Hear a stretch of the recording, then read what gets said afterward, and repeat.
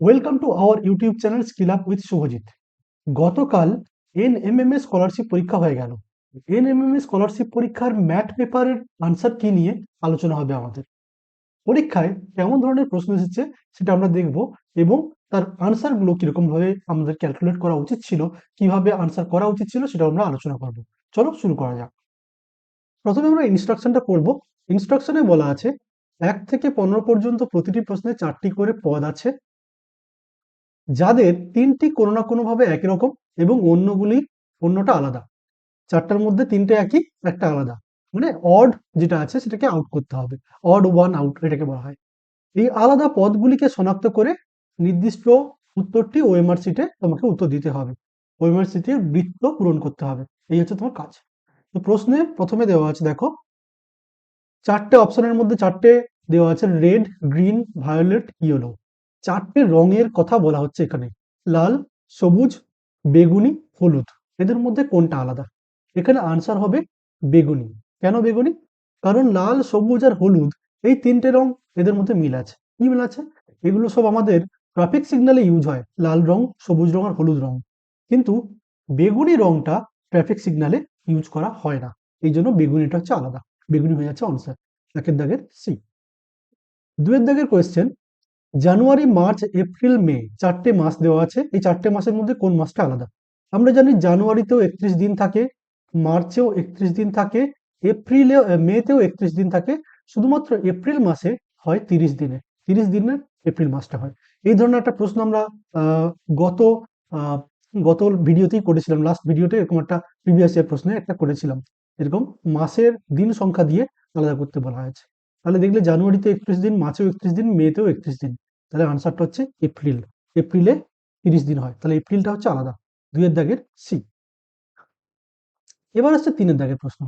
Water মানে জল, iron মানে লোহা, ওয়াল মানে হচ্ছে কয়লা, লেড মানে সীসা। ঠিক আছে, লেডকে লেড বলেই লেখা হয়েছে। এদের মধ্যে কোনটা আলাদা? এদের মধ্যে জলটা আলাদা। কেন? কারণ জলটা তরল, বাকি সবগুলোই হচ্ছে কঠিন। তাহলে এখান থেকে জল হয়ে যাবে তোমার আনসার। 3 দাগের এ। 4 দাগের প্রশ্ন, হাইড্রোজেন, নাইট্রোজেন, অক্সিজেন, আয়োডিন। এখানে দেখতে পাচ্ছ হাইড্রোজেন, নাইট্রোজেন, অক্সিজেন এই 3টেই হচ্ছে কি আমাদের গ্যাস, কিন্তু আয়োডিনটা গ্যাস নয়। তাই আয়োডিনটা হয়ে যাবে আমাদের উত্তর। 4 দাগের এই ডিটা হচ্ছে আলাদা। এ বি সি 3টেই হচ্ছে গ্যাস, ডিটা আলাদা, ডিটা হচ্ছে গ্যাস নয়। এবার চলে যাব 5 দাগের প্রশ্নে। 5 দাগের প্রশ্নে দিয়েছে, দেখো জেপিভি, ইউআইও, কে কিউডব্লিউ, এল আর এক্স এদের মধ্যে তোমাকে আহ, বের করতে বলেছে যে কোনটা আলাদা। আচ্ছা, এখানে এটা করার জন্য আমাদের যেটা করতে হবে, আমাদের জে আর পির মধ্যে গ্যাপটা বের করতে হবে। জে আর পির মধ্যে গ্যাপ কত?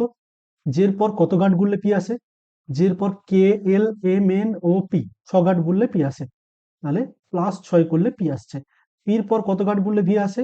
পির পর Q R S T U V 5, তার মানে 5 অ্যাড করলে, পির সাথে 5 অ্যাড করলে আমরা ভি পাই। একইভাবে আমরা সির অপশনটা একটু চেক করে দেখবো। কে এর পর কিউ, কে এর পর 5 গাঁট গুনো, 6 গাঁট গুনো, কে এর পর L M N O P Q.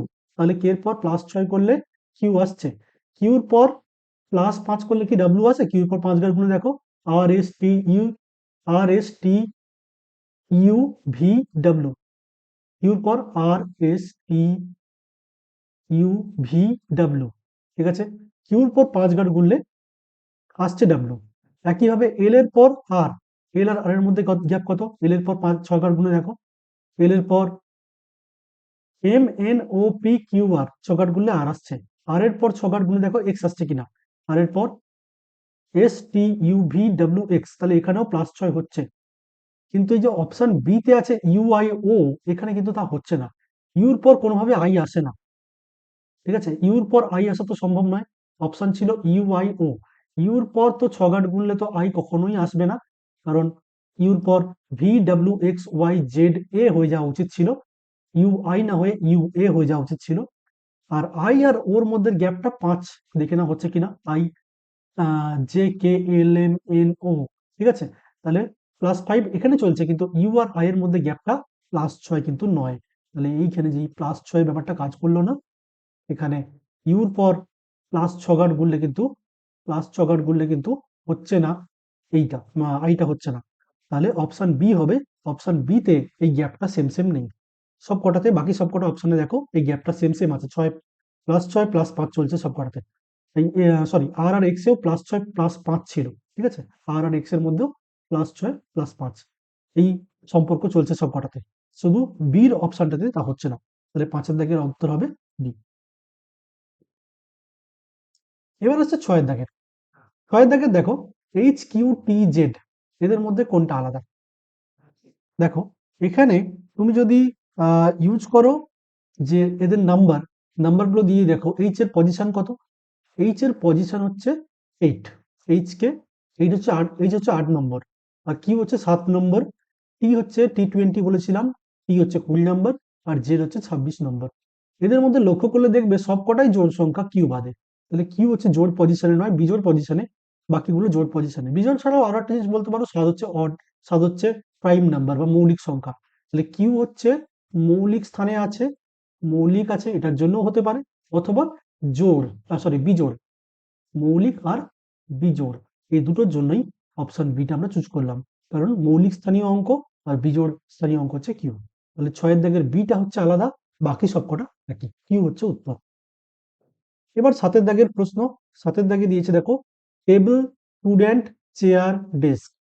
এখানে দেখো টেবিল, স্টুডেন্ট, চেয়ার, ডেস্ক এদের মধ্যে সবগুলোই জড় বস্তু, শুধু স্টুডেন্ট ছাড়া, ছাত্র ছাড়া আর সবকটা জড় বস্তু, তাহলে স্টুডেন্টটা হবে উত্তর। 7 এর দাগের বিটা হচ্ছে আলাদা। 8 এর দাগের 1315, 2709, 3249, 8314, এই প্রশ্নটাতে তোমরা খেয়াল করে দেখো, এই প্রশ্নটাতে এই কটা সংখ্যার মধ্যে, এই কটা যে সংখ্যা আছে এদের মধ্যে কিছু সিমিলারিটি আছে একটা বাদে, ঠিক আছে। তুমি যদি খেয়াল করে দেখো এইভাবে, 1315 তুমি যদি দেখো এগুলো, এই 1 + 3 + 1 যদি করো, তোমার আউটপুটটা হচ্ছে 5। এই দেখো 1315 প্রথম তিনটে সংখ্যাকে তুমি যদি যোগ করে ফেলো, লাস্ট সংখ্যাটা পাওয়া যাবে, 4 নম্বর ডিজিটটা পাওয়া যাচ্ছে। একইভাবে তুমি যদি 2709 এর জন্য করো, 2709 প্রথম তিনটে সংখ্যা 2 + 7 + 0, মানে 7, 2 + 7 + 0 করলে 9 হয়। তাহলে এটা তো বিতেও তাই কাজ করছে। সিতে দেখো 3 + 2 + 4, 3 2 5 4 9, এখানেও যোগ করলে মিলে যাচ্ছে, প্রথম তিনটে ডিজিটের যোগফল লাস্ট একটা ডিজিটের সাথে মিলে যাচ্ছে।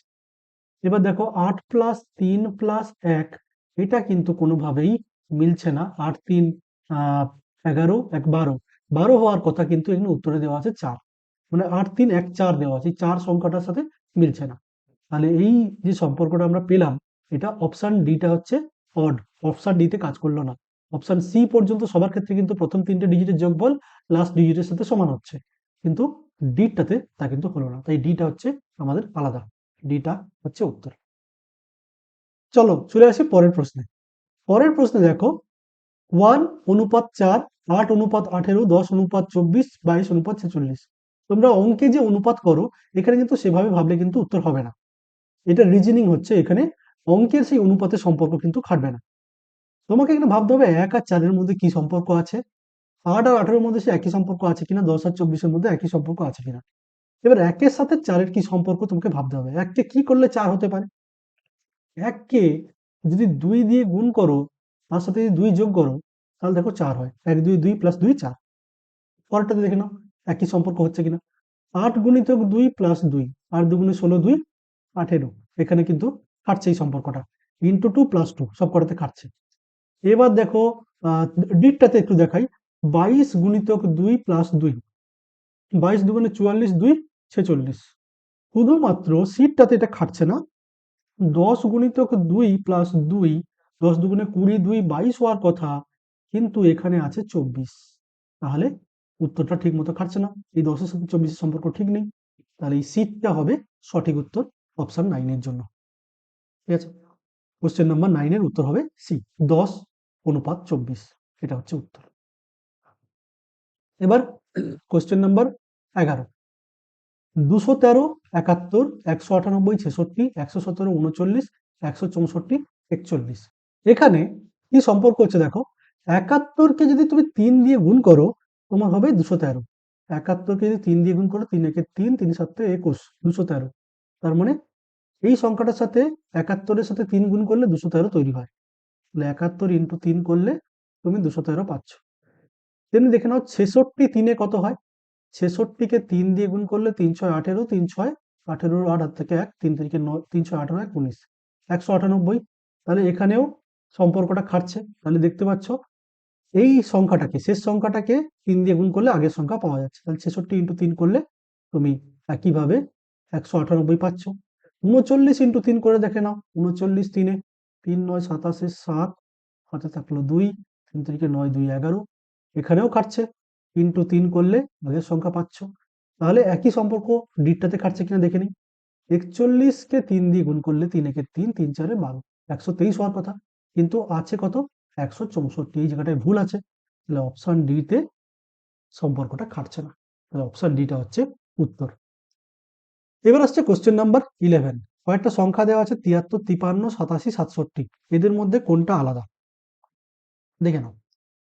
73 53 87 67, এখানে সবকটা সংখ্যাই মৌলিক, শুধু 87 সংখ্যাটা মৌলিক নয়। 87 3 দিয়ে বিভাজ্য, ঠিক আছে? 87টা এটা হচ্ছে মৌলিক নয়, বাকি সবকটা সংখ্যাই হচ্ছে মৌলিক। তাহলে 87 হবে আমাদের উত্তর। সবকটা 87 হচ্ছে মৌলিক নয়, নন প্রাইম। প্রাইম মানে হচ্ছে মৌলিক, নন প্রাইম মানে যৌগিক, ঠিক আছে? 87 হচ্ছে যৌগিক সংখ্যা। 87 3 দিয়ে ভাগ যায়, 3 2 6 আর 27 3 9 27, এই 87টা হচ্ছে উত্তর। বাকি সবাই মৌলিক। মৌলিক নাম্বারের মধ্যে একটা যৌগিক সংখ্যা দিয়ে দিয়েছে, 87 হচ্ছে সবার আলাদা। এবার আসছে কোশ্চেন নাম্বার 12। 13 31 45 54 16 61 সংখ্যার দিকে তাকালেই তোমরা উত্তর দেখতে পাচ্ছ কি হবে। 13-কে ঘুরিয়ে দিয়েছে 31 হয়ে গেছে, মানে সংখ্যাটাকে ওলট পালট করে দিয়েছে। 13-কে উল্টে দিলে 31 হয়, 45-কে উল্টে দিলে 54 হয়, 16-কে উল্টে দিলে 61 হয়, 71-কে উল্টে দিলে 88 হয় না। তাই অপশন ডি হবে। এবার কোশ্চেন নাম্বার 13। কোশ্চেন নাম্বার 13-এ দেখো একটা সংখ্যা আছে 0.216, 216, 36, 125, 27। এদের মধ্যে এই সংখ্যাগুলো দেখলে তুমি দেখতে পাবে সবকটা কিন্তু ঘন সংখ্যা, অর্থাৎ সবকটা কিউব করা যাবে। ঘনমূল করলে আমি একটা উত্তর পাবো। 27 হচ্ছে 3-এর কিউব, 27 মানে হচ্ছে 3-এর কিউব, 125 মানে 5-এর কিউব, 216 সামনে দশমিক আছে, শুধু 216 হলে 6-এর কিউব হতো, দশমিক আছে মানে 0.6-এর কিউব, ঠিক আছে? 36টা কারো কিউ নয়, 36 কোনো সংখ্যার ঘন নয়, তাই 36টা হচ্ছে আমাদের উত্তর হবে, কারণ 36 পূর্ণ ঘন সংখ্যা নয়।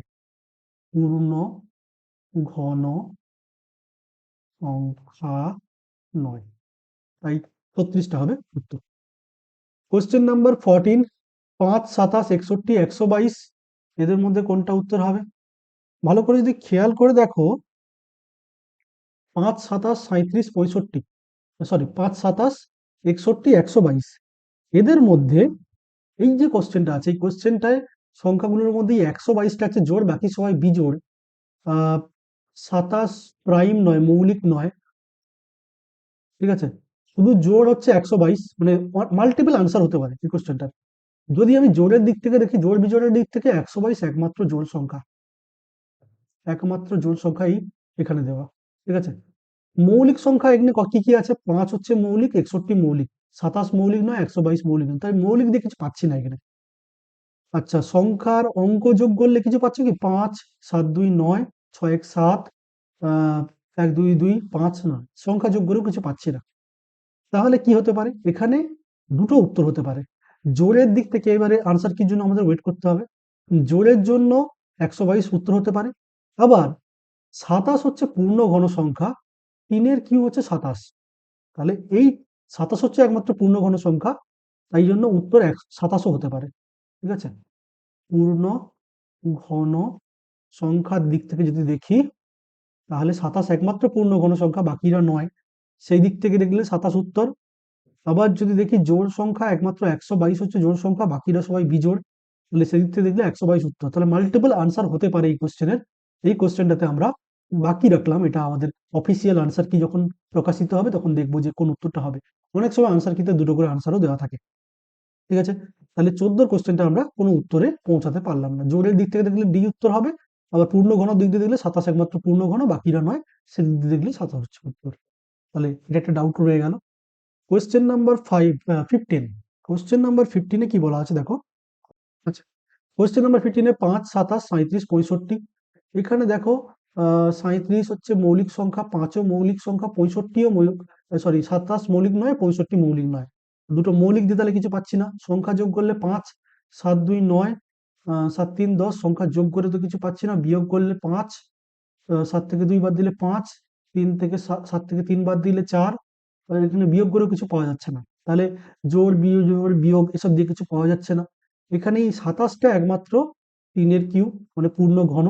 সেই দিক থেকে আনসার করলে, পূর্ণ ঘন সংখ্যার হিসেবে যদি আনসার করি, তাহলে এই 27টা হচ্ছে একমাত্র উত্তর হতে পারে, যেটা হচ্ছে সবার থেকে আলাদা। ঠিক আছে, 27 সংখ্যাটাকে আমরা উত্তর নিতে পারি।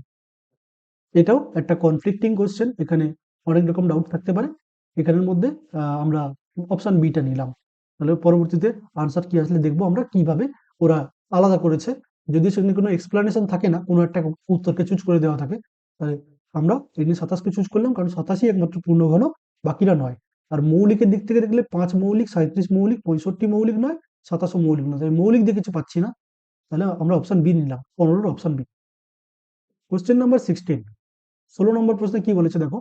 নিচের প্রতিটি প্রশ্নে সংখ্যা শ্রেণীর মধ্যে একটা করে সংখ্যা কোয়েশ্চেন মার্ক দিয়ে মিসিং করা আছে, তোমাকে ওই কোয়েশ্চেনটা বের করতে হবে। তাহলে এই ধরনের প্রশ্ন যখনই আমরা পাই, আমরা কি করি, আমরা প্রথমে বিয়োগ করে ফেলি। ঠিক আছে, বিয়োগ করার পর আমরা দেখি যে আনসারটা কত আসছে। 75, 76 এদের মধ্যে গ্যাপটা হচ্ছে 1। 76, 84 এদের মধ্যে গ্যাপটা হচ্ছে 8। 84, 111 এদের মধ্যে গ্যাপটা হচ্ছে 27। 111, 175 এদের মধ্যে গ্যাপটা হচ্ছে 64। তাহলে দেখতে পাচ্ছ 1, 8, 27, 64 সংখ্যাগুলোর মধ্যে একটা মিল আছে। কি মিল আছে? 1 হচ্ছে 1-এর কিউ, মানে পূর্ণ ঘন সংখ্যা এগুলো সব। 1 মানে 1-এর কিউ, 8 মানে 2-এর কিউ। এই যে 1, সেটা হচ্ছে 1-এর কিউ, 8 মানে হচ্ছে 2-এর কিউ, 27 মানে হচ্ছে 3-এর কিউ, 64 মানে হচ্ছে 4-এর কিউ। ঠিক আছে, তাহলে একইভাবে পরের গ্যাপটা কত হওয়া উচিত? 5-এর কিউ হওয়া উচিত, পরের যে গ্যাপটা। তাহলে 5-এর কিউ মানে 5 5-এ 25, 5-এ 125 হওয়া উচিত। মানে 175-এর পরের সংখ্যাটা 125 যোগ করলে পাবো। তাহলে 175-এর সাথে 125 যোগ করো, 5 5 10 শূন্য, 7 1 8 2 9, আর 1 1 2, 290। 5 5 10 শূন্য, হাতে থেকে 1, 7 2 9 1 10 শূন্য, হাতে থেকে 1, 300 হচ্ছে, 300। তাহলে অপশন বি, অপশন সি হচ্ছে উত্তর 16 দাগের কোয়েশ্চেনের। 300 হচ্ছে এর উত্তর। 17 দাগের কোয়েশ্চেন, 17, 36, 76, 158। এটাকে আমাদের কিভাবে করতে হবে দেখো। 17, 36, 76, 158। ঠিক আছে, এই যে 17 আর 36 এদের মধ্যে তুমি যদি গ্যাপ বের করো, গ্যাপটা পাবে হচ্ছে 19। 36 থেকে 76 যদি গ্যাপ বার করো হবে 40। 40 থেকে 158 গ্যাপ বার করলে হবে 82। মানে এরকম ভাবে হবে। যদিও 19, 40, 82-র মধ্যে কোনো সম্পর্ক নেই, তাই জন্য এই গ্যাপ দিয়ে তেমন কিছু করা যাচ্ছে না। এবার আমাকে অন্যভাবে ভাবতে হবে। আমরা কি করছি, 17 আর 36-এর মধ্যে সম্পর্ক বের করার চেষ্টা করছি। 17-র সাথে কি করলে 36 হতে পারে? তোমরা ভেবে দেখো, 17 দুগুণে 34, আর তার সাথে 2 যোগ করলে 36 হয়। তাহলে 36-এর সঙ্গে কি এই গুণিতক 2 যুক্ত 2 হচ্ছে? দেখে নাও। 36 গুণিতক 2 72, প্লাস 2 74 হয়। ঠিক আছে, তাহলে ইনটু 2 প্লাস 2 তে সম্পর্কটা দাঁড়াচ্ছে না। 17 দুগুণে 34 যুক্ত 2 36 আসছে। 36 দুগুণে 72 যুক্ত 2 করলে 74 হয়। তাহলে যুক্ত 2 করলে এখানে আসছে না। এখানে আমরা নিচ্ছি যুক্ত 4। ঠিক আছে, 36 দুগুণে 72, 4, 76। ঠিক আছে, 76 গুণিতক 2 প্লাস 6। 76 গুণিতক 2 প্লাস 6 কত হয়? 76 দুগুণে 2 6 12, 2 হাতে থাকে 1, 2 7 14 1 15, 152 প্লাস 6 158। হ্যাঁ, মিলছে এবারে। তাহলে ইনটু 2 প্লাস 2 প্রথমবারের জন্য, পরের বারের ইনটু 2 প্লাস 4, পরের বারের ইনটু 2 প্লাস 6, 2 4 6 এরকম করে বাড়বে। ঠিক আছে, দেখতে পাচ্ছ মিলছে এখানে সিরিজটা। তাহলে দাঁড়াচ্ছে এরকম। তাহলে একইভাবে 158 ইনটু 2 প্লাস 8 হবে। 158 গুণিতক 2 প্লাস 8 পরের সিরিজটা হবে। 158 2 হচ্ছে 316। তার সাথে আমি 8 যোগ করছি, 324 হবে উত্তর। 324 অপশানে আছে, অপশান এ। 17 দাগের অপশান এটা হবে আনসার। ঠিক আছে, এটা একটু কঠিন ছিল মোটামুটি। আহ চলো আমরা নেক্সট কোয়েশ্চেন যাই। পরের কোয়েশ্চেন আছে 11489। এখানের মধ্যে আহ একটু যদি খেয়াল করে দেখো, এখানে পূর্ণ ঘন সংখ্যা কিছু দেখতে পাচ্ছি আর বর্গ সংখ্যা কিছু দেখতে পাচ্ছি। তাহলে পূর্ণ ঘন আর পূর্ণ বর্গের মধ্যে আমরা কিছু একটা সম্পর্ক পাবো। 1 আর 1, 4 মানে হচ্ছে 2 এর স্কয়ার, আর 8 মানে হচ্ছে 2 এর কিউব। আচ্ছা, 1 মানে 1 এর স্কয়ার, আবার 1 মানে 1 এর কিউব। 1 এর স্কয়ার 1 এর কিউব, 2 এর স্কয়ার 2 এর কিউব, 9 মানে 3 এর স্কয়ার। তাহলে এই কোয়েশ্চেন মার্কে কি আসবে? 3 এর কিউব। এই দেখে নাও পরেরটা, 16 মানে হচ্ছে 4 এর স্কয়ার মানে 16, আর 64 মানে 4 এর কিউব। তাহলে 1 এর স্কয়ার 1 এর কিউব, 2 এর স্কয়ার 2 এর কিউব, 3 এর স্কয়ার 3 এর কিউব, 4 এর স্কয়ার 4 এর কিউব, এভাবে চলবে। তাহলে যে কোয়েশ্চেনটা মিসিং ছিল, যে নাম্বারটা মিসিং ছিল, সেটা 3 এর কিউব। তাহলে 3 এর কিউব কত হয়? 3 3 9 3 27। 18 দাগের উত্তর হবে ডি। আচ্ছা, 19। 19 আছে 0 6 24 60 120 210। আচ্ছা, এখানে আমরা যদি গ্যাপ বের করি, গ্যাপ দিয়ে কিছু কি করতে পারবো? দেখা যাক, গ্যাপটা আগে বের করা যাক। 0 আর 6 এর গ্যাপ হচ্ছে 6। 6 আর 24 বিয়োগ করলে হচ্ছে 18। 24 আর 60 এর মধ্যে গ্যাপ হচ্ছে 36। 60 আর 120 গ্যাপ হচ্ছে 60। 120 210, এটার গ্যাপ হচ্ছে 90। এই যে 6 18 36 60 90, যেন সবকটা সংখ্যা 6 দিয়ে বিভাজ্য। 6 এর সঙ্গে একটা সম্পর্ক আছে বলে মনে আছে। 6 কে 6, 6 3 18, 6 6 36, 6 10 60, যেন কিছু একটা যেন 6 এর সঙ্গে সম্পর্ক আছে মনে হচ্ছে। আচ্ছা, আমরা এই গ্যাপটার আবার একটা গ্যাপ বের করে দেখি তো কি বেরোয়। 6 আর 18 কত হবে? আহ 12 হবে। 18 আর 36, 18, ঠিক আছে, 12 18, 36 আর 60 24, 60 আর 90 30।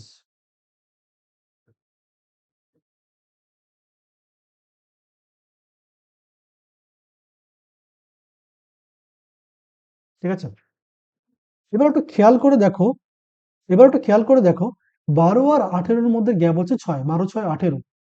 18 আর 24 এর মধ্যে গ্যাপ কত? এখানেও গ্যাপটা হচ্ছে 6। 24 আর 30 এর মধ্যে 6 এর গ্যাপ। তার মানে পরের গ্যাপটা তৈরি করতে গেলে আমাকে 6 যোগ করতে হবে। খেয়াল করে দেখো, 12 আর 18 এর গ্যাপ হচ্ছে 6, 18 আর 24 এর গ্যাপ হচ্ছে 6, 24 30 এর গ্যাপ হচ্ছে 6। তাহলে 30 এর সাথে আমি যদি 6 যোগ করি, তাহলে পরের গ্যাপের যে সংখ্যাটা সেটা পাবো, 36 পাবো। এবার গ্যাপের যে সংখ্যাটা পেলাম, সেটাকে অ্যাপ্লাই করে 90 এর সাথে আমরা অ্যাড করলে পরবর্তী গ্যাপটা খুঁজে পাবো আসলে। 90 প্লাস 36, 90 এর সাথে 36 যদি যোগ করো কত হবে? 90 আর 36 যোগ করলে, যদি যোগ করো 126। তাহলে এইখানে হচ্ছে 126 সংখ্যাটা আসবে। 126 সংখ্যাটা আসবে 90 এর পরের গ্যাপ। ঠিক আছে, এবারে তুমি দেখো, 210 এর সাথে 126 অ্যাড করলে আমি পরের সংখ্যাটা খুঁজে পাবো। আসল সংখ্যা যেটা আমাকে খুঁজতে হবে, সেটা কি করে পাবো? 210 এর সাথে 126 অ্যাড করো, দিলে তুমি সংখ্যাটা পাবে।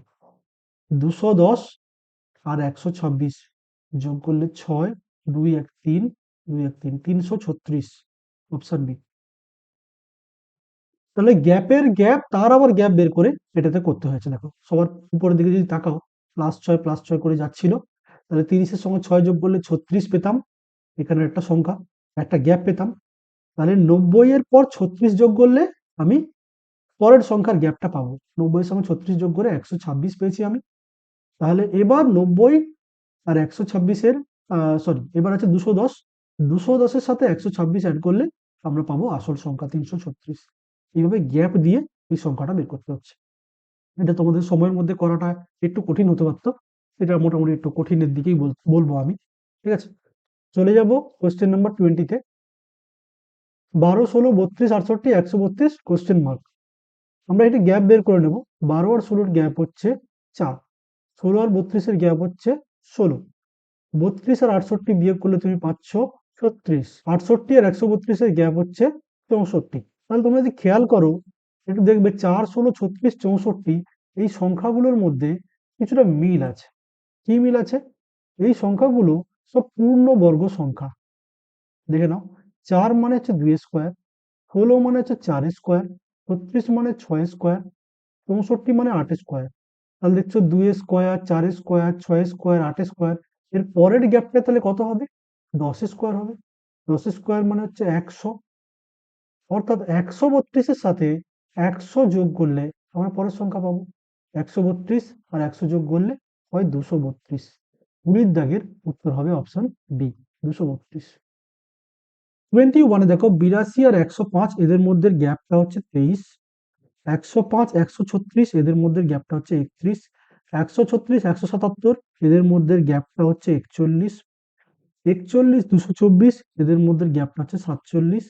47, 285 এদের মধ্যে গ্যাপটা হচ্ছে আহ 200, এদের মধ্যে গ্যাপটা হচ্ছে 61। এবারে এই কোশ্চেনটা না একটু ভুল আছে। কেন ভুল আছে কেন বলবো? এই কোশ্চেনটার টাইপিং মিস্টেক আছে। এই কোশ্চেনটা যারা যারা অ্যাটেম্প্ট করবে প্রত্যেকেই নাম্বার পাবে। অল আর অ্যাওয়ার্ডেড মার্কস, প্রত্যেকেই এই কোশ্চেনটাতে নাম্বার পাবে। যারা যারা মোটামুটি ভুল করো ঠিক করো একটা মার্ক করলেই আনসার পাবে, নাম্বার পাবে। কেন নাম্বার পাবে দেখে নাও। এই গ্যাপের আবার গ্যাপ বের করে দেখো, 23 আর 31 এর গ্যাপ হচ্ছে 8, 31, 41 এর গ্যাপ হচ্ছে 10, 41, 47 এর গ্যাপ হচ্ছে 6, 47, 61 গ্যাপ হচ্ছে 14। 8, 10, 6, 14 কোনো প্যাটার্নই যাচ্ছে না, মিলছে না।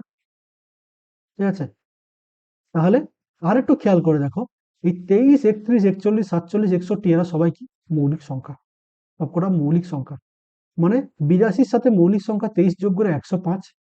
23 এর পরে একটা মৌলিক সংখ্যা আছে 29, 29 না করে 31 কে যোগ করেছে।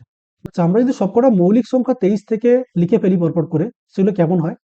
23, পরের সংখ্যা হচ্ছে 29, তারপরের সংখ্যা 31, তারপরে 37, তারপর 41, তারপর 43, তারপর 47, তারপর আছে 53, তারপর আছে 59, তারপর আছে 61।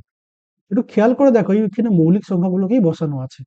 বিয়োগের এই যে গ্যাপটা মৌলিক সংখ্যা। আচ্ছা, আমি এটাকে মুছে দিচ্ছি, এটা দিয়ে কিছু বেরোচ্ছে না। খেয়াল করে দেখো, 23 মৌলিক সংখ্যাটাকে অ্যাড করা আছে 82 সাথে, 23। তারপরে 31 কে অ্যাড করা হয়েছে, একটা স্কিপ করে 29 কে স্কিপ করে 31 কে অ্যাড করেছে। ঠিক আছে? 37 স্কিপ করে 41 কে অ্যাড করেছে। তারপর 43 স্কিপ করে 47 কে অ্যাড করেছে। তাহলে 53 স্কিপ করে 59 কে অ্যাড করার কথা। তাহলে এখানে 59 আসার কথা পরবর্তী মৌলিক সংখ্যা, কিন্তু ভুল করে চলে এসছে 61, যেটা ভুল। এখানে গ্যাপটা হওয়া উচিত ছিল 59। তার মানে 47 এর পরের গ্যাপটা 59 হওয়া উচিত ছিল, কিন্তু ভুল করে এখানে 61 বসিয়ে দিয়েছে। 61 গ্যাপ করে 285 করেছে, 285 না হয় ওটা 283 হওয়া উচিত ছিল। ঠিক আছে? তুমি যদি ক্যালকুলেট করে দেখো 283 সঙ্গে পরবর্তী গ্যাপটা অ্যাড করো, তাহলে 59 এর পর আমরা 59 পর্যন্ত সংখ্যা নিয়ে নিয়েছি। 59 এর পরবর্তী মৌলিক সংখ্যা কত আছে? 47 এর পর 59 নিয়েছে একটা স্কিপ করে। এবারে 61 স্কিপ করে আমাদের নেওয়া উচিত ছিল 67 কে। পরের মৌলিক সংখ্যা 67। তাহলে 67 কে যদি এখানে যোগ করি, এই 283 যদি সংখ্যাটা হতো 285 না হয়ে, 283 সাথে 67 যোগ করলে এটার উত্তর হতো 7 3 10 0 হাতে থেকে 1 6 7 8 7 15 5 হাতে থেকে 1 2 1 3, 350 উত্তর হতে পারত। এবং অপশানে 350 আছেও, এইটা উত্তর, অপশান সিটা হচ্ছে উত্তর। কিন্তু কোয়েশ্চেনটা যেহেতু ভুল দিয়েছে, 285 না হয় 283 হওয়া উচিত ছিল।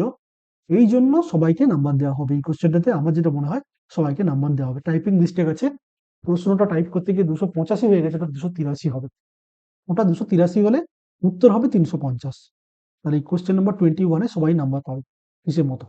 যে সি চুজ করেছো সেও নাম্বার পাবে, যে কোনো অপশন চুজ করেছো সেও নাম্বার পাবে, সবাই নাম্বার পাবে। ঠিক আছে? Question number 22। আচ্ছা, 2 5 9 19 37 কোশ্চেন মার্ক। এই যে কোশ্চেনটা আছে এটা গ্যাপ বের করে তুমি কিছু করতে পারবে না। 2 আর 5 3, 5 আর 9 4, 9 আর 19 10, 19 আর হচ্ছে 18, 37। তাহলে এইভাবে যদি করো তুমি কোনো গ্যাপ দিয়ে কিছু বের করতে পারবে না। ঠিক আছে? তো এটাতে কি চলছে আমি বলে দিই। এটা হচ্ছে তুমি যদি করো 2, 2 এর সাথে 5 এর সম্পর্ক বের করো। 2 এর সাথে গুণিতক 2 করো, প্লাস 1 করো, 5 পাবে। প্রথম সংখ্যা 2, গুণিতক 2 প্লাস 1 করলে 5 পাবে। 2 দুগুণে 4, 1, 5। পরের সংখ্যা দেখো 5 গুণিতক যদি 2 করো 10 হয়ে যাবে। ঠিক আছে? 5 গুণিতক 2 হয়ে যাবে, 10 হয়ে যাবে। কিন্তু 9 আছে, আমার 9 দরকার।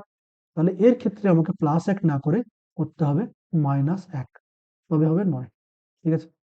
পরেরটাতে দেখো 9 গুণিতক 2, 18, 19 দরকার। তাহলে প্লাস 1 করো, হচ্ছে 19। পরেরটাতে 19 দুগুণে 38, মাইনাস 1 করো, 37 পাবে। 19 ইন্টু 2 মাইনাস 1 করো, 19 দুগুণে 38, একে একবার দিলে 37। তাহলে একইভাবে দেখতে পাচ্ছ ইন্টু 2 প্লাস 1 হচ্ছে, পরের বার ইন্টু 2 মাইনাস 1 হচ্ছে। প্রত্যেকবার চেঞ্জ হচ্ছে সিরিজটা। প্রত্যেকবার দেখো ইন্টু 2, প্রত্যেকবার দেখো এই ইন্টু 2 প্লাস 1, পরের বার ইন্টু 2 মাইনাস 1, পরের বার আবার ইন্টু 2 প্লাস 1, পরের বার ইন্টু 2 মাইনাস 1। তাহলে এবার কি হবে? এবারে 37 ইন্টু 2 প্লাস 1 হবে। ঠিক আছে? 37 ইন্টু 2 প্লাস 1, তাহলে কত হবে? 75 আনসার আসবে। 37 ইন্টু 2, 5, 1 প্লাস 1, এটা করলে 75 আসে আনসার। তাহলে কোয়েশ্চেন নাম্বার বি এর হচ্ছে 75। আর কোয়েশ্চেন নাম্বার 22 এর অপশন হচ্ছে বি, 75 উত্তর আসবে। এবার আসছে কোয়েশ্চেন নাম্বার 23। 23 নম্বর প্রশ্ন। 23 নম্বর প্রশ্নে দিয়েছে দেখো 4, 8, 28, 80, 244। তাহলে এটাতে কিরকম করতে হবে? এটাতে যদি তুমি গ্যাপ বের করো, এটাতে গ্যাপ দিয়ে যদি তুমি কিছু করতে পারবে না, গ্যাপ দিয়ে কিছু আসবে না। এটাতে যেটা চলছে সেটা এরকম, 4 থেকে 8, মানে এই যে 4 সংখ্যাটা, 4 সংখ্যাটা তৈরি হয়েছে 3 এর পাওয়ার 1 প্লাস 1, এটা করে 4 তৈরি হয়েছে। তাহলে এবার দেখো 3 এর পাওয়ার 2, 3 তিরিকে 9, তার থেকে মাইনাস 1 করলে হচ্ছে 8। এবার দেখো 3 এর কিউ, 3 তিরিকে 9, 3 27, প্লাস 1 করলে হচ্ছে 28। আবার পরেরটা হচ্ছে কত? 3 এর কিউ মাইনাস 1, 3 তিরিকে 9, 3 sorry 3 to the power 4 minus 1, minus 1, 3 to the power 4 minus 1 হবে। 3 এর পাওয়ার 4 মাইনাস 1, 3 এর পাওয়ার 4 হচ্ছে 81, তার থেকে 1 বাদ দিলে 80। এবার হচ্ছে 3 এর পাওয়ার 5 মাইনাস 1 করলে কত হচ্ছে? 244 হবে। সরি, প্লাস 1 করলে 244 হবে। তাহলে এবার আমাদের নেক্সট টার্মটা তৈরি করতে গেলে কি লাগবে? 3 এর পাওয়ার 6 মাইনাস 1, এটা করতে হবে। তো 3 এর পাওয়ার 6 মাইনাস 1 করলে যেটা আনসার আসবে সেটা হচ্ছে 729 মাইনাস 1, মানে 728 আসবে। এটা হচ্ছে উত্তর, 728। 23 এর দাগের ডি। এই কোয়েশ্চেন গুলো অনেকটাই কঠিন এসছে তোমাদের। তোমাদের লেভেলের কথা ভাবলে এটা কিন্তু অনেকটা কঠিন। এই কয়েকটা কোয়েশ্চেন ছিল এখানে মিসিং নাম্বার সিরিজে, এগুলো ভালোই কঠিন। ঠিক আছে? ওইটুকু সময়ের মধ্যে বের করা অনেকটা ক্ষেত্রে অনেকটাই ইম্পসিবল। 6, 17, 39, 72 কোয়েশ্চেন মার্ক, এরকম একটা কোয়েশ্চেন এসছে। তাহলে এখানে যদি তুমি দেখো 6, 6 আর 17-র মধ্যে গ্যাপটা যদি তুমি বের করো, আমি এটা আগেরটা মুছে দিই। 6 আর 17-র মধ্যে গ্যাপটা যদি তুমি বের করো, সেটা কত আসবে? 11। 17 আর 39-এর মধ্যে গ্যাপটা কত? 22। 39 আর 72-এর গ্যাপ কত? 33। তাহলে দেখতে পাচ্ছ 11-র নামতা চলছে। 11, একে 11, 11 দুই 22, 11 তিন 33। পরেরটা কত হবে তাহলে? 44 হবে হিসেব মতো। 11 4 44, মানে 72-এর সাথে 44 যোগ করলে আমরা নেক্সট টার্মটা পাবো। তাহলে 4 2 6, 7 4 11, 116। 24-এর দাগের অপশন হবে সি, 116। এবার আসছে 25।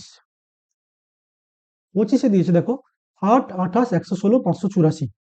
এখানে গ্যাপ দিয়ে কিছু বের বের করতে পারবে না। তুমি যদি গ্যাপ ক্যালকুলেট করো, গ্যাপ দিয়ে কিছু করতে পারবে না, কারণ নাম্বার দেখো খুব লাফিয়ে লাফিয়ে বাড়ছে। মানে কিছু গুণের সম্পর্ক এখানে আছে, কিছু গুণ টুন হয়ে এখানে হয়েছে। তাহলে এখানে কি চলছে আমি বলে দিই। এখানে চলছে 8 গুণিতক 3 প্লাস 4। ঠিক আছে?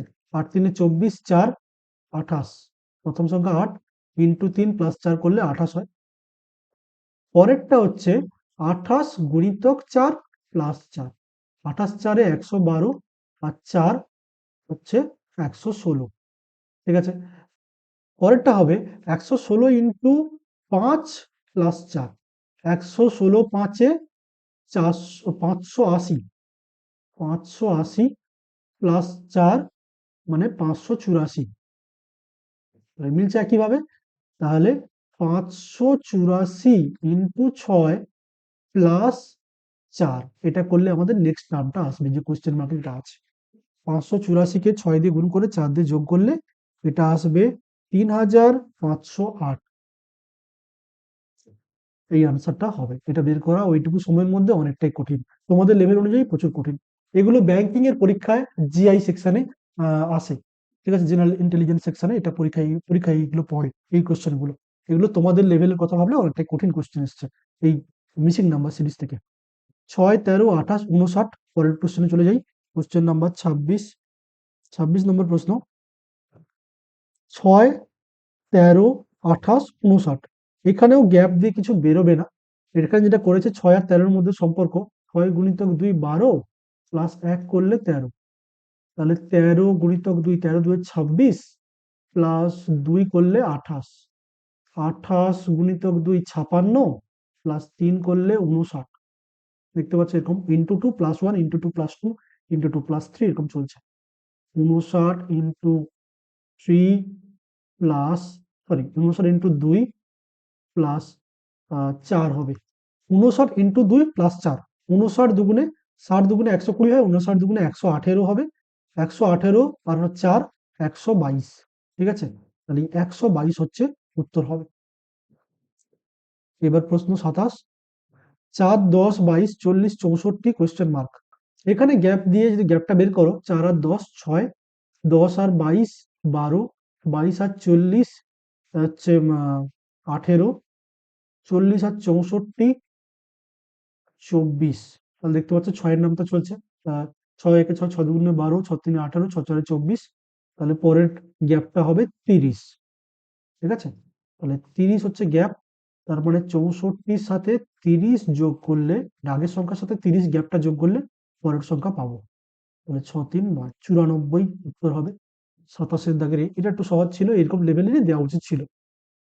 ঠিক আছে, এবার আসছে 28 প্রশ্ন। 28 10 97 90 86 76 71 62। এখানে যদি গ্যাপ বের করো 3, 10 আর 97 3, 97 90 গ্যাপ হচ্ছে 7, 90 86 গ্যাপ হচ্ছে 4, 86 76 10, 76 71 5, 71 62, 71 আর 62 গ্যাপ হচ্ছে 9। তাহলে এখানে 3 7 4 10 5 9।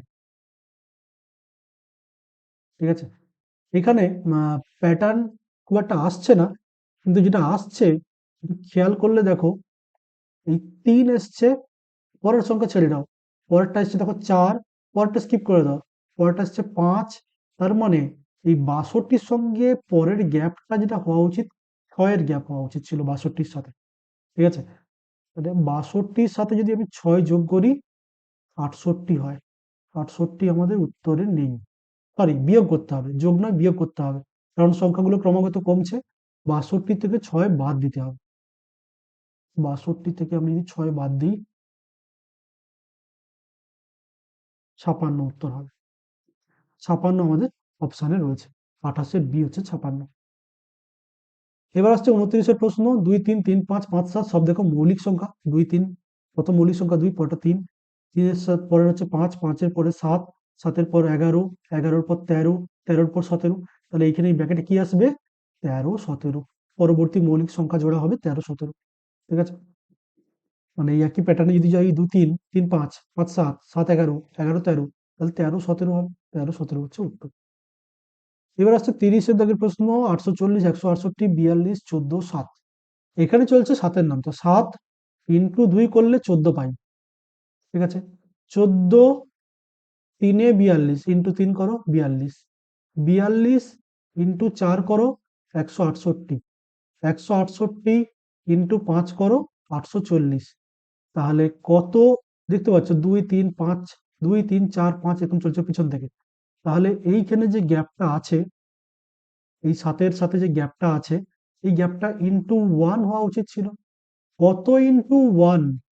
মানে 7 হবে। আমরা জানি 7 ইনটু 1 মিলে 7 হয়। তাহলে উত্তরটা হচ্ছে 7। বসে দেখো, 7 একে 7, 7 দুইয়ে 14, 14 তিনে 42, 42 চারে 168, 168 পাঁচে 840। এই প্যাটার্ন চলছে। তাহলে 30 এর দাগের অপশন হবে এ। চলো পরবর্তী প্রশ্ন দেখি। নিচে তথ্যগুলি ভালোভাবে পড়ো, বিকল্প প্রশ্নগুলির সঠিক উত্তর নির্বাচন করো। এবার দেখো, এবার প্রশ্নগুলো মোটামুটি সহজ আছে। English alphabet is arranged in reverse order. What will be the seventh letter to the left? আচ্ছা, বাংলাতেই পড়ি। ইংরেজি বর্ণমালাকে বিপরীত ক্রমে সাজালে, ইংরেজি বর্ণমালাকে বিপরীত দিকে সাজালে ডান দিক থেকে 11তম বর্ণটির বাম দিকে 7ম বর্ণটি কত হবে? তাহলে তুমি যদি না এ থেকে জেড পর্যন্ত লেখো বাম দিক থেকে, আমরা লিখবো ডান দিক থেকে। ঠিক আছে? A B C D E F G H I J K L M N O P Q R S T U V W X Y Z. ঠিক আছে?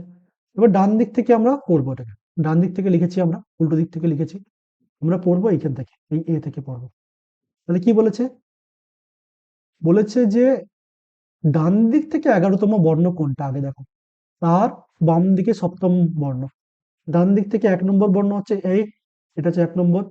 2 3 4 5 6 7 8 9 10 11, এই কে হচ্ছে 11তম বর্ণ।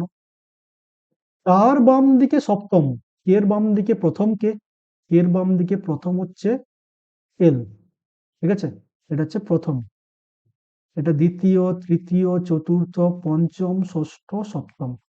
তোমরা দেখতে পাচ্ছ এই আরটা হচ্ছে 7th লেটার। এই আরটা হবে এই প্রশ্নের উত্তর হবে আর। এটা আরো একভাবে করা যায়। আমরা জানি, বলেছে কি 11তম বর্ণর বাম দিকে 7, তাহলে 11 আর 7 যোগ করো। 11-র পর আরো 7 ঘর যেতে হবে। 11 7 কত হয়? 11 7 হচ্ছে 18। 18তম তে কে আছে? 18তম লেটার কি? আমরা জানি রূপশ্রী 18 বলে বলেছিলাম। আর হচ্ছে 18, তাহলে আর হচ্ছে 18তম বর্ণ। যদি এখান থেকে প্রথম থেকে গুনতে 18তম বর্ণ আর পেতে, 1 2 করে গুনতে 18তম বর্ণ হচ্ছে আর। 1 2 3 4 5 6 7 8 9 10 11 12 13 14 15 16 17 18, আর হচ্ছে 18তম বর্ণ। এভাবেও করা যেত। ঠিক আছে? তাহলে এর আনসারটা হচ্ছে আর, 30 এর সি। এবার 32, অশোক নামের একটা লোককে দেখিয়ে গীতা বললেন, এটা ব্লাড রিলেশনের দিয়েছে। অশোক নামের একটা লোককে দেখিয়ে গীতা বললেন তার মা হলো আমার বাবার একমাত্র কন্যা। দেখি, অশোক হচ্ছে এ, তাকে আমি ছেলে নামে আমি ধরছি না আপাতত, অশোক নাম তো আমরা পজিটিভ ধরতেও পারি, তো পজিটিভ ধরেই নিচ্ছি। অশোক নামের একটা লোককে দেখিয়ে গীতা বললেন অশোকের মা, তার মা মানে কি? অশোকের মা। অশোকের একটা মাদার আছে, তাকে আমি মাইনাস দিলাম। তার মা আমার বাবার একমাত্র কন্যা। ঠিক আছে? এই যে মেয়েটা, অশোকের মা, সে হচ্ছে ওই মেয়েটার বাবার একমাত্র কন্যা। তাহলে এই মেয়েটার বাবাকে, এর একটা ফাদার আছে। ঠিক আছে? এই ফাদারের একমাত্র কন্যা মানে মেয়েটা নিজেই। ঠিক আছে? ভেবে দেখো, কোন একটা মেয়ের, কোন একটা মেয়ে বলছে ওই ছেলে আমি আমার বাবার একমাত্র কন্যা, মানে সেক্ষেত্রে বলা যায় এই মেয়েটা নিজেই তার মানে এই কথাটা বলছে অশোককে দেখিয়ে, যে কি বলছে? অশোক, তার মা হলো আমার বাবার একমাত্র কন্যা। মানে এই যে মেয়েটা কথা বলছে, সে হচ্ছে ওই তার বাবার একমাত্র কন্যা। মানে কি? এটাই হচ্ছে অশোকের মায়ের কথা বলা হচ্ছে। এই মাদারটা হচ্ছে অশোকের মা হিসেব মতো। মানে অশোকের দাদুর একমাত্র কন্যা হচ্ছে অশোকের মা, তার ছেলে হচ্ছে অশোক। তাহলে এবার প্রশ্ন হচ্ছে অশোক গীতার কে হয়? তার মানে অশোক গীতার হচ্ছে সন বা পুত্র হয়। মানে কেউ যদি বলে যে ওই যে ছবিতে যে লোকটা আছে, বা ওই যে লোকটা আছে, তো বা এই যে ছেলে, আমি যদি বলি আমার ছেলেকে, যে আমার ছেলে হচ্ছে, মানে এই ছেলেটা হচ্ছে, আমার ছেলেকে দেখিয়ে আমি বললাম, ধরে নাও আমার ছেলেকে দেখিয়ে আমি বললাম এই ছেলেটা হচ্ছে আমার বাবার একমাত্র ছেলের ছেলে। তাহলে আমার বাবার একমাত্র ছেলে কে? আমি নিজে। তার ছেলে মানে আমার ছেলে, একই রকম। ঠিক আছে? এইভাবেই বলেছে। তার মা আমার বাবার একমাত্র কন্যা। যেহেতু গীতা নিজে মেয়ে, সে, গীতা নিজেকে মেয়ে, নেগেটিভ, সে নিজে মেয়ে, সে যদি বলে আমার বাবার একমাত্র কন্যা, তার মানে গীতা নিজেই নিজেকে ইন্ডিকেট করছে এখানে। ঠিক আছে, যদি বলতো এটা আমার বাবার একমাত্র পুত্র তাহলে কিন্তু অন্য জিনিস দাঁড়াতো। গীতা নিজে মেয়ে, তার একটা ভাইয়ের কথা হতো তখন। ঠিক আছে, গীতা বলছে যে আমার বাবার একমাত্র কন্যা। সে মেয়ে যখন বলবে যে আমার বাবার একমাত্র কন্যা, তার মানে সে নিজেই নিজেকে ইন্ডিকেট করছে। ঠিক আছে, তাহলে ওর নিজের বাবার একমাত্র কন্যা মানে ও নিজে, মানে গীতা নিজে। এই যে মাদারটা ছিল অশোকের মা, ওই হচ্ছে গীতা। ঠিক আছে, তাহলে ওই মেয়ের সাথে অশোকের কি সম্পর্ক? ওই মেয়ে হচ্ছে গীতার ছেলে হয়। তাহলে সন বা পুত্র হবে এর আনসার। 32। এবার আসছে 33 নম্বর প্রশ্ন। ডাইসের কোয়েশ্চেন প্রথমবার দিয়েছে এনএমএম স্কলারশিপ পরীক্ষা, এর আগে কখনো পড়েনি এটা। ডাইস বা ছক, ঠিক আছে, লুডো ছক তোমরা জানো, লুডো ছকের দিয়েছে। একটা ঘনকে তিনটি অবস্থান দেখানো হয়েছে, একের বিপরীতে কোন সংখ্যা আছে। ঠিক আছে, তোমরা ছক দেখতে পাচ্ছ, লুডো ছক, উপরে 6 পড়েছে, বাম দিকে 2 দেখা যাচ্ছে, ডান দিকে 4 দেখা যাচ্ছে। উপরে 1 6 3 2 5 1। আমার কি করতে বলেছে? একের বিপরীতে কে আছে। আগে দেখো তো একের বিপরীতে কে নেই বলতো। একের বিপরীতে 2 তো থাকতে পারছে না, কারণ 2 তো বিপরীতে নেই, ছবিতে দেখতেই পাচ্ছ। 5ও নেই, 2ও নেই, 5ও নেই একের বিপরীতে। একের বিপরীতে 3ও নেই, 6ও নেই। তাহলেই তো হয়ে গেল। লুডো ছকে 6টা তল থাকে, 1 2 3 4 5 6। একের বিপরীতে 1 তো নিজে থাকবে না। ঠিক আছে, তাহলে একের বিপরীতে কে থাকতে পারে? 2 হবে না, 3 হবে না, 5 হবে না, 6 হবে না, তাহলে হবেটা কি? হবে 4। দেখে নাও, একের বিপরীতে 1 নিজে নয়, 2 মনে করে 1 2 3 4 5 6, 6টা অপশন আছে। একের বিপরীতে 1 তো নিজে থাকতে পারবে না। এখানে ছবিতে দেখতে পাচ্ছ একের বিপরীতে 2ও নেই, একের বিপরীতে 3ও নেই ছবি থেকে, একের বিপরীতে 5ও নেই, আর একের বিপরীতে 6ও নেই। ছবি অনুযায়ী দেখতে পাচ্ছ তোমরা। বিপরীতে মানে ঠিক উল্টো দিকে, তলায় কি আছে। এই যে ছবিটা আছে 2 নম্বর ছবি, একের তলায় কি আছে যেটাকে দেখতে পাচ্ছি না আমরা, তাহলে সে হবে 4। একের বিপরীতে কে আছে? 4। 33-এর দাগের অপশন সি। এবার 34। 4 পজিশন অফ এ কিউব আর শোন, 4টা পজিশন দেওয়া আছে, 3-এর অপোজিটে কি আছে, 3-এর বিপরীতে কি আছে। দেখে নাও, 3-এর বিপরীতে 2 নেই, 6 নেই, তাহলে 2ও হবে না, 6ও হবে না। 3-এর বিপরীতে এই যে 4 নম্বর ছবিটা দেখো, 3-এর বিপরীতে 5ও নেই, 1ও নেই। ঠিক আছে, 3-এর বিপরীতে 2 নেই, 6 নেই, 5 নেই, 1 নেই। বাকি ছবিগুলো তুমি ইগনোর করতেই পারো। ঠিক আছে, তাহলে এখান থেকে আমি বলতে পারি 3-এর বিপরীতে কে আছে, তাহলে 4 আছে। মানে 3-এর বিপরীতে ধরে নাও আমি 1 2 3 4 5 6 লিখে নিলাম। 3-এর বিপরীতে 3 তো নিজে থাকবে না। 3-এর বিপরীতে 2 নেই 1 নম্বর ছবি অনুযায়ী। 3-এর বিপরীতে 6ও নেই 1 নম্বর ছবি অনুযায়ী। 3-এর বিপরীতে 5 নেই, দেখো 4 নম্বর ছবিতে দেখো 3-এর বিপরীতে 5 দেওয়া নেই। 3-এর পাশে দেওয়া আছে 5, 3-এর পাশে 1 দেওয়া আছে। তাহলে 3-এর বিপরীতে 5ও হবে না, 1ও হবে না, হবেটা কি? 4। দুটো উত্তরই 4। আগেরটা তো অপশন সি, এটা তো অপশন সি 4। এ হলো 34 নম্বর প্রশ্ন। এবার আসছে প্রশ্ন নাম্বার 35। একটা ভেন ডায়াগ্রাম দেওয়া আছে, সেই ভেন ডায়াগ্রাম থেকে প্রশ্ন উত্তর দিতে হবে। ঠিক আছে, বলেছে দেখো, বৃত্ত দ্বারা শিক্ষিত, আয়তক্ষেত্র দ্বারা পুরুষ, আর ত্রিভুজ দ্বারা ডাক্তার বোঝানো হচ্ছে। বৃত্ত হচ্ছে শিক্ষিত, আয়তক্ষেত্র হচ্ছে পুরুষ, ত্রিভুজ দিয়ে বোঝানো হচ্ছে ডাক্তার। এই হচ্ছে ব্যাপার। এবার প্রশ্ন কি করেছে দেখো, কোন অংশটি শিক্ষিত পুরুষ যারা ডাক্তার, মানে কি, শিক্ষিতও হতে হবে, পুরুষেও থাকতে হবে, আবার ডাক্তারও থাকতে হবে, মানে ত্রিভুজে থাকতে হবে, বৃত্ত থাকতে হবে, আবার আয়তক্ষেত্রেও থাকতে হবে। সেটা কোন পার্টটা তোমরা যদি ভালো করে দেখো, দেখতে হবে ত্রিভুজের মধ্যেও আছে কে, বৃত্তের মধ্যেও আছে, আবার আয়তক্ষেত্রের মধ্যেও আছে, সে হচ্ছে ই। ভালো করে খেয়াল করে দেখবে, ইটা হচ্ছে 3 জায়গাতেই আছে, ত্রিভুজেও আছে, বৃত্তের মধ্যেও আছে, আয়তক্ষেত্রেও আছে। উত্তরটা হবে ই, 35-এর ই। 36-এ বলেছে নিচের কোন অংশটি সেই সব পুরুষকে নির্দেশ করে যারা ডাক্তার বা শিক্ষিত কোনোটাই নয়। মানে পুরুষ হতে হবে, ডাক্তার হতে হবে না, শিক্ষিত হতে হবে না, মানে আয়তক্ষেত্রে থাকতে হবে, ত্রিভুজে থাকতে হবে না, বৃত্তে থাকতে হবে না। তাহলে শুধু আয়তক্ষেত্র আছে, ত্রিভুজ বৃত্তে কে নেই? সেটা হলো এই পার্টটা, এই সি। সে দেখো শুধু আয়তক্ষেত্রে আছে, ত্রিভুজেও নেই, বৃত্তেও নেই। তাহলে উত্তরটা হচ্ছে অপশন, উত্তর হচ্ছে সি দাগের সি, উত্তর সি। অপশনও সি, আনসারটাও সি। সি হচ্ছে পুরুষ, কিন্তু ডাক্তারও নয়, আবার শিক্ষিতও নয়। ঠিক আছে, এবার আসছে 37-এর দাগের প্রশ্ন। দুটো দিয়েছিল এখান থেকে, লজিক্যাল ভেন ডায়াগ্রাম থেকে প্রশ্ন। 37 দাগের প্রশ্ন দেখো দিয়েছে, লাইন কাউন্ট করতে দিয়েছে, কতগুলো স্ট্রেট লাইন আছে, সরল রেখা আছে এই ছবির মধ্যে, নিচের ছবিতে কতগুলো সরল রেখা আছে। এটা করার জন্য বহু রকম উপায় আছে, কিন্তু এখানে যে অপশনগুলো আছে অপশনগুলো সেটা করার দরকার হয় না। আমাদের স্ট্রেট লাইনকে না সিঙ্গেল সিঙ্গেল কাউন্ট করতে হয়, আসলে আমাদের লিখতে হয় এইভাবে A B C D E F, এরকম করে মাঝে জি এইচ কে বসিয়েও, জি এইচ বসিয়েও কাউন্ট করতে হয়, মানে এইটুকু পার্টকেও একটা লাইন কাউন্ট করতে হয় হিসেব মতো। কিন্তু এখানে যে অপশনগুলো দেওয়া আছে সেটা অনুযায়ী এই ছোট ছোট পার্টকে সরল রেখা হিসেবে গোনার দরকার নেই।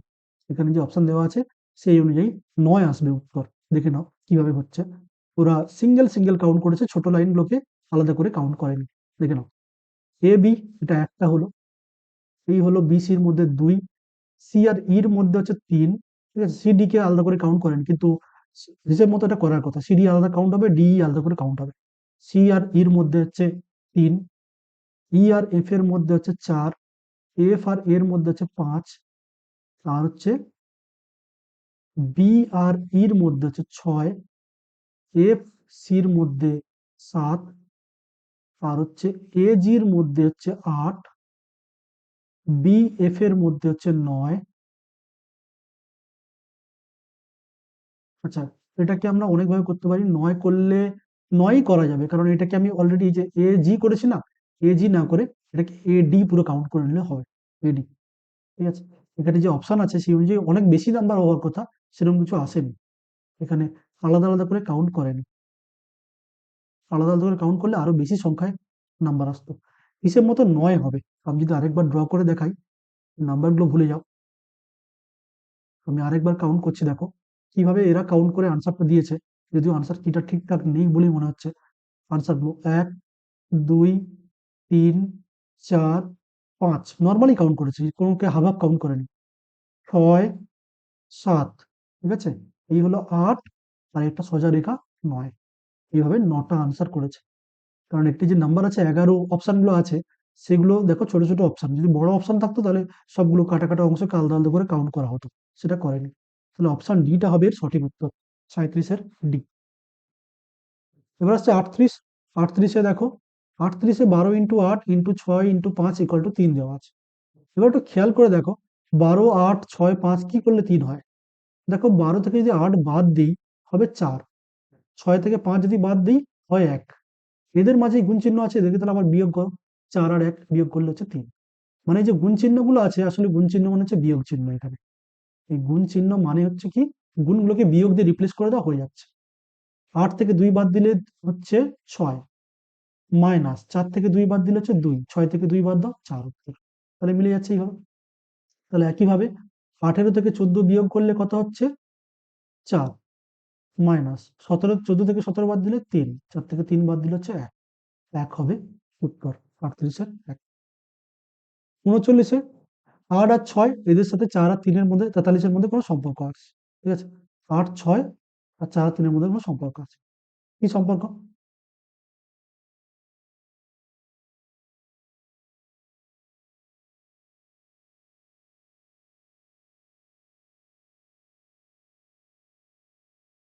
এই দেখো, এটা খেয়াল করে দেখো, 8 মানে হচ্ছে, 8 মানে আমি যদি আহ 8 কে যদি আমি 2 দিয়ে ভাগ করি আমি পাবো 4, আর 6 কে যদি 2 দিয়ে ভাগ করো আমি পাবো 3।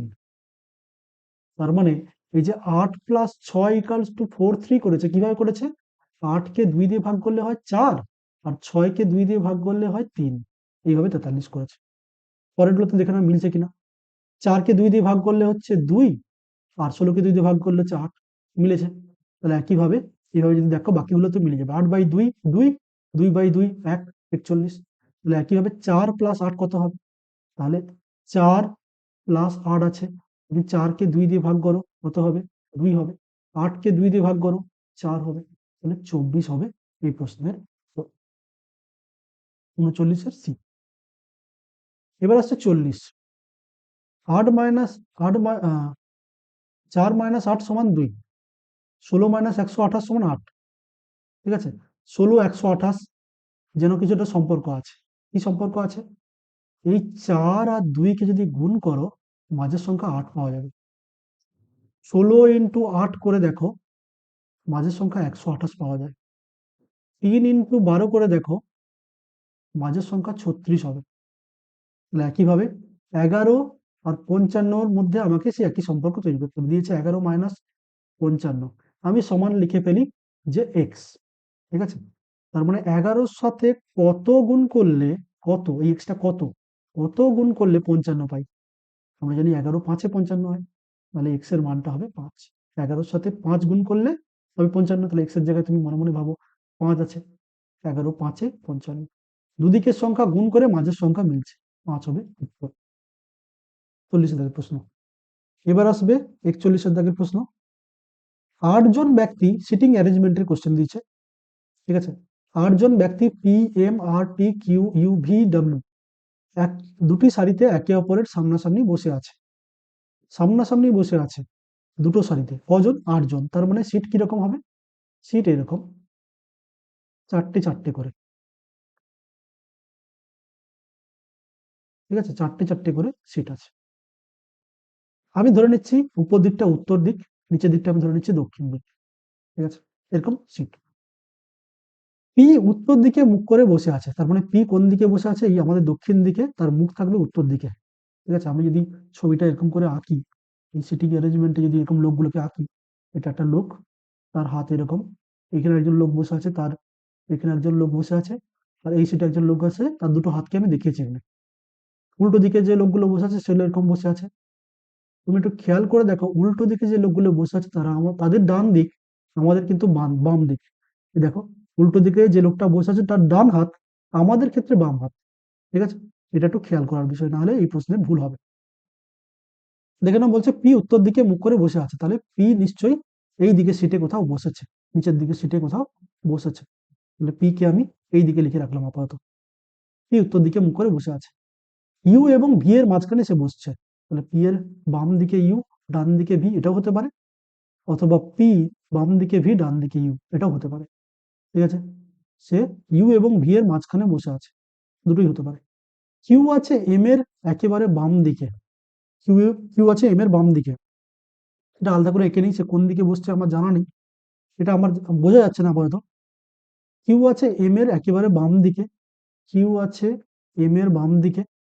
ঠিক আছে, ডাব্লিউ এর দিকে মুখ করে,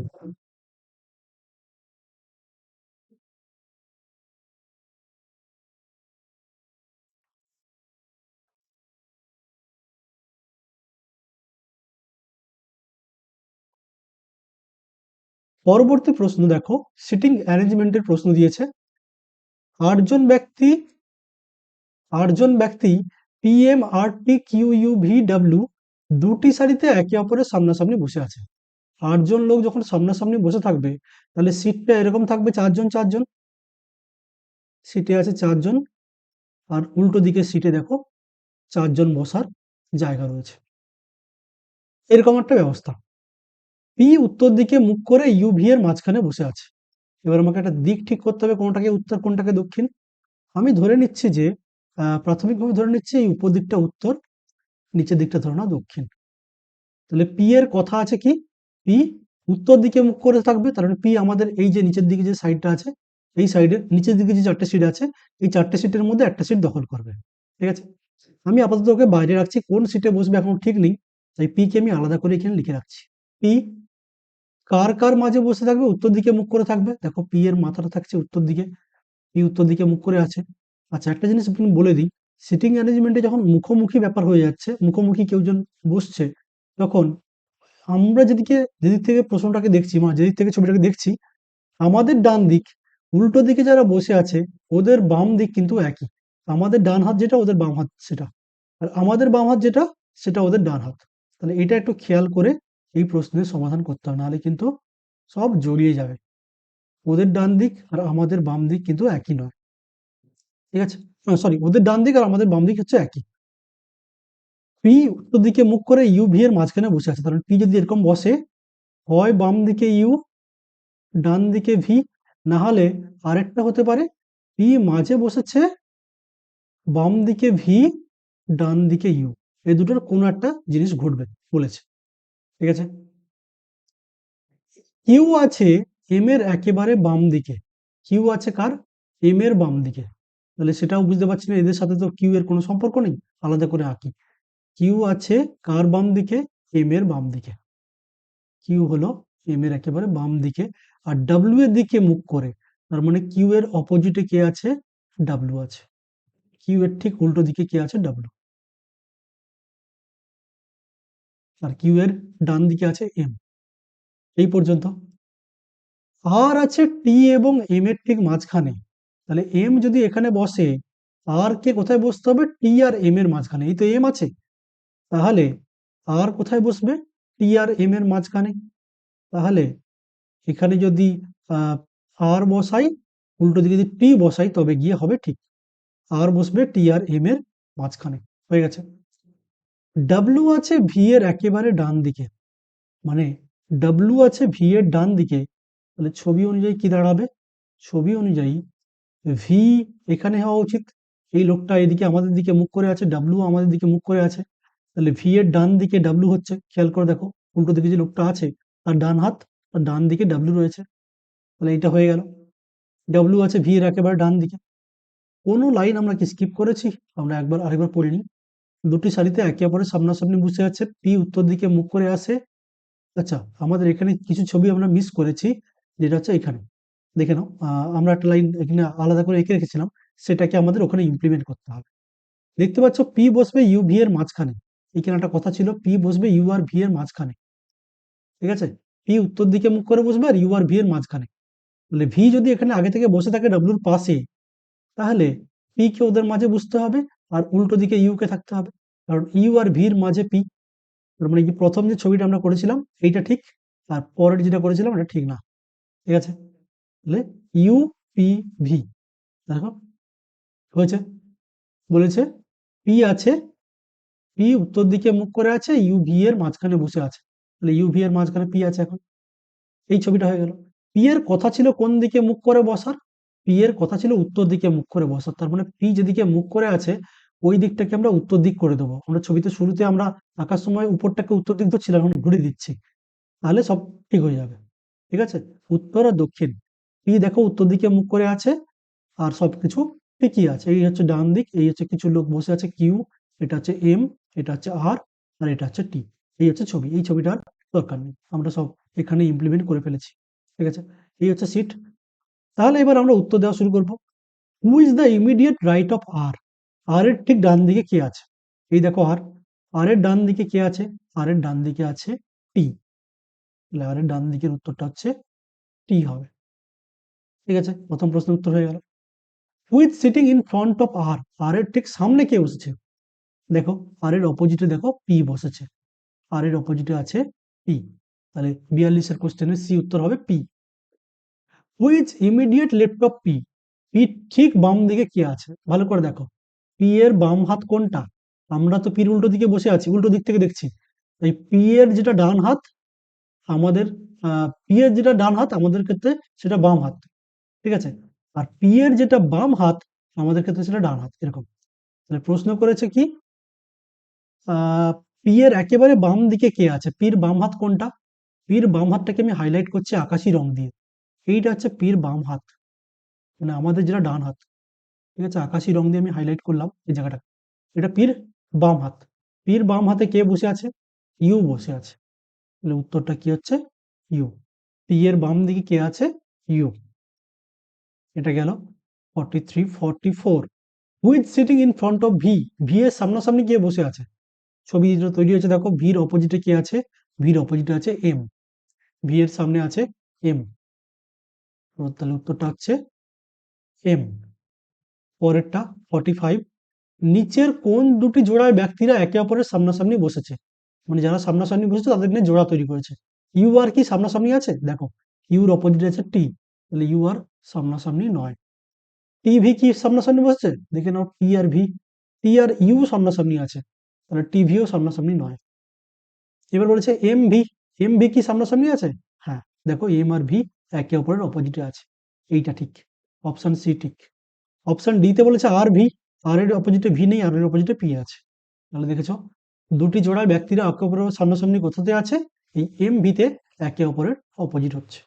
তাহলে এইটা হচ্ছে সঠিক উত্তর, অপশন সি হচ্ছে সঠিক উত্তর।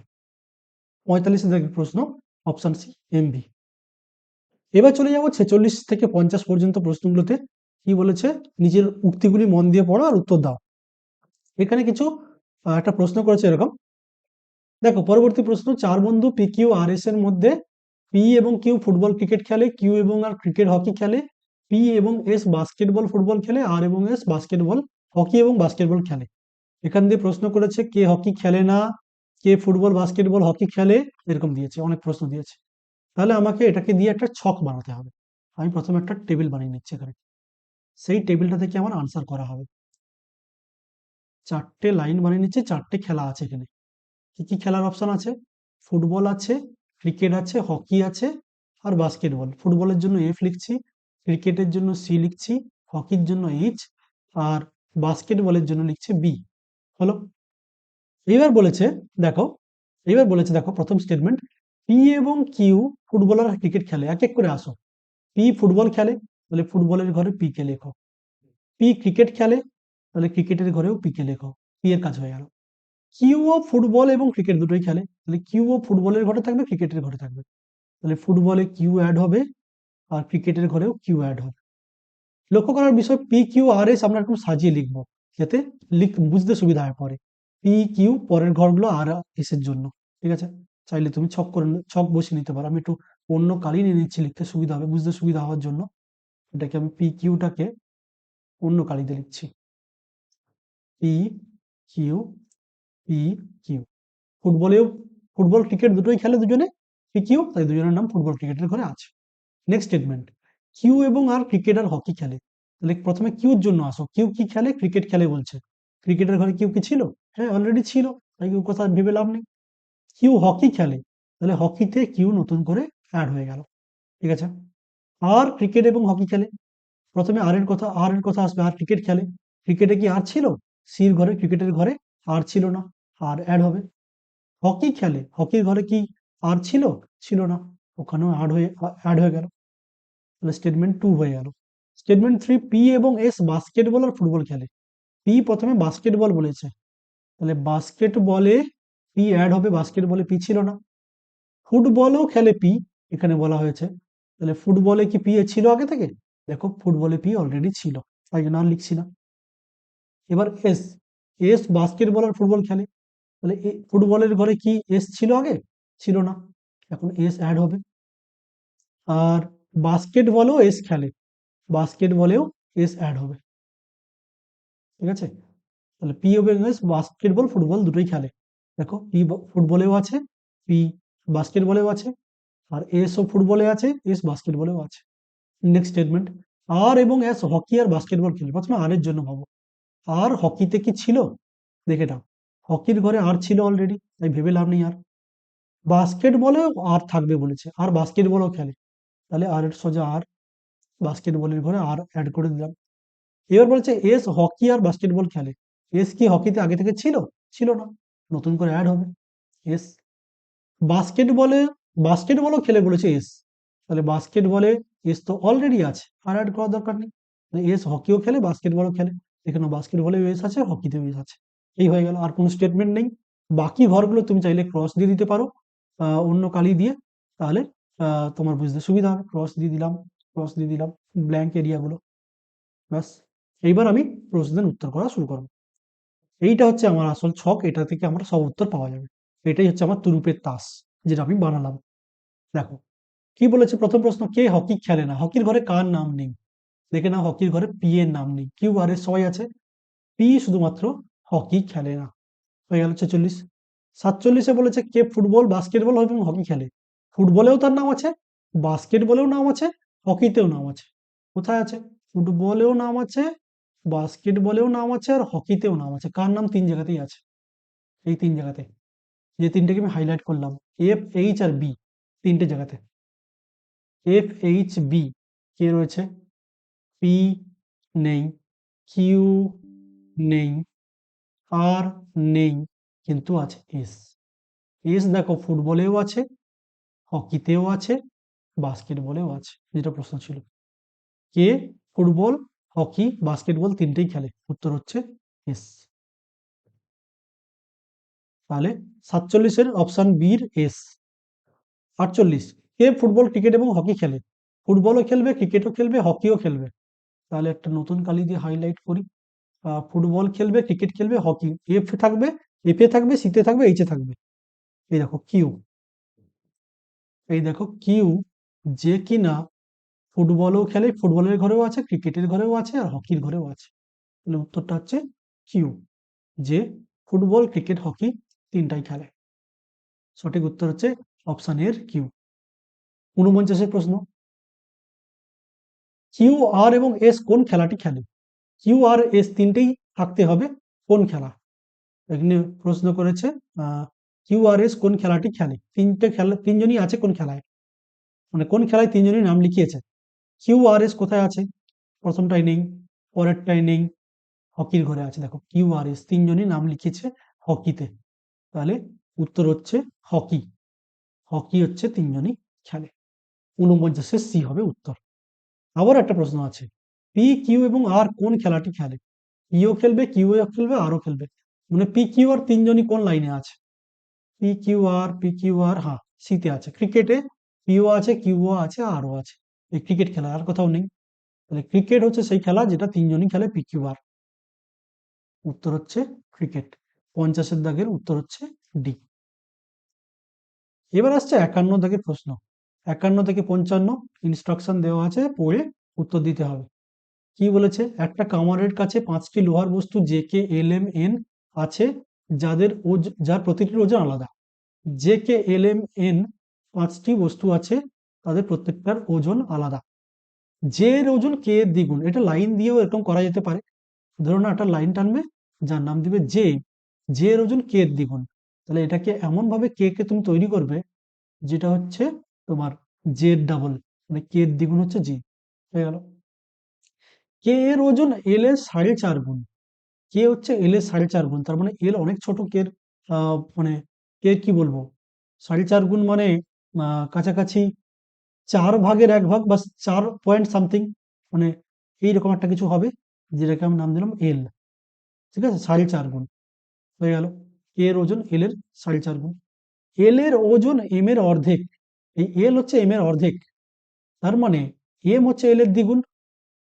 এল হচ্ছে এম এর অর্ধেক, এল এর ওজন এম এর অর্ধেক, তার মানে এম কি হবে? এল এর সাপেক্ষে এল এর দ্বিগুণ হচ্ছে এম, এটা হচ্ছে এম। এবার আসছে এন এর ওজন জে এর থেকে কম কিন্তু এল এর থেকে বেশি। এন কার থেকে বড়? এন হচ্ছে জে এর থেকে ছোট কিন্তু এল এর থেকে বড়। তাহলে এমন একটা মাঝামাঝি, যেটা এল এর থেকে একটু বড় হবে, জে এর থেকে ছোট হবে, এমন একটা রেখা টেনে দিলে তার নাম দিয়ে দিলে তুমি এন। ঠিক আছে, এই দিয়ে এবার তোমাকে প্রশ্নের উত্তর দিতে হবে। কি প্রশ্ন করেছে? হুইচ অফ দ্য নিচের কোনটির ওজন সবচেয়ে হালকা, কে সবচেয়ে ছোট? দেখো কার দাগ সবচেয়ে ছোট হয়েছে, উত্তর হচ্ছে এল, এল হচ্ছে সবচেয়ে ছোট। এবার পরের প্রশ্ন, এন এর ওজন অন্য দুটি বস্তুর থেকে, এন এর ওজন অন্য কোন দুটি বস্তুর থেকে হালকা? তাহলে এন অন্য কাদের থেকে ছোট, কোন দুটির থেকে ছোট? এম এর থেকে ছোট, কে এর থেকেও ছোট, আর জে এর থেকেও ছোট, দেখতে পাচ্ছ। ঠিক আছে, কিন্তু প্রশ্নে যা যা অপশন আছে হিসেব মতো তুমি দেখতে পাচ্ছ, অপশন আছে এম এল। এন কি এম এল দুজনের থেকে ছোট? না, এল এর থেকে তো ছোট নয়, তাহলে হচ্ছে না। প্রথম অপশন কাটা, হচ্ছে না। জে এল, জে থেকে তো এন ছোট, এল এর থেকে কিন্তু নয়, তাহলে এটাও হচ্ছে না। এম কে, এম এর থেকেও ছোট, কে এর থেকেও ছোট এন।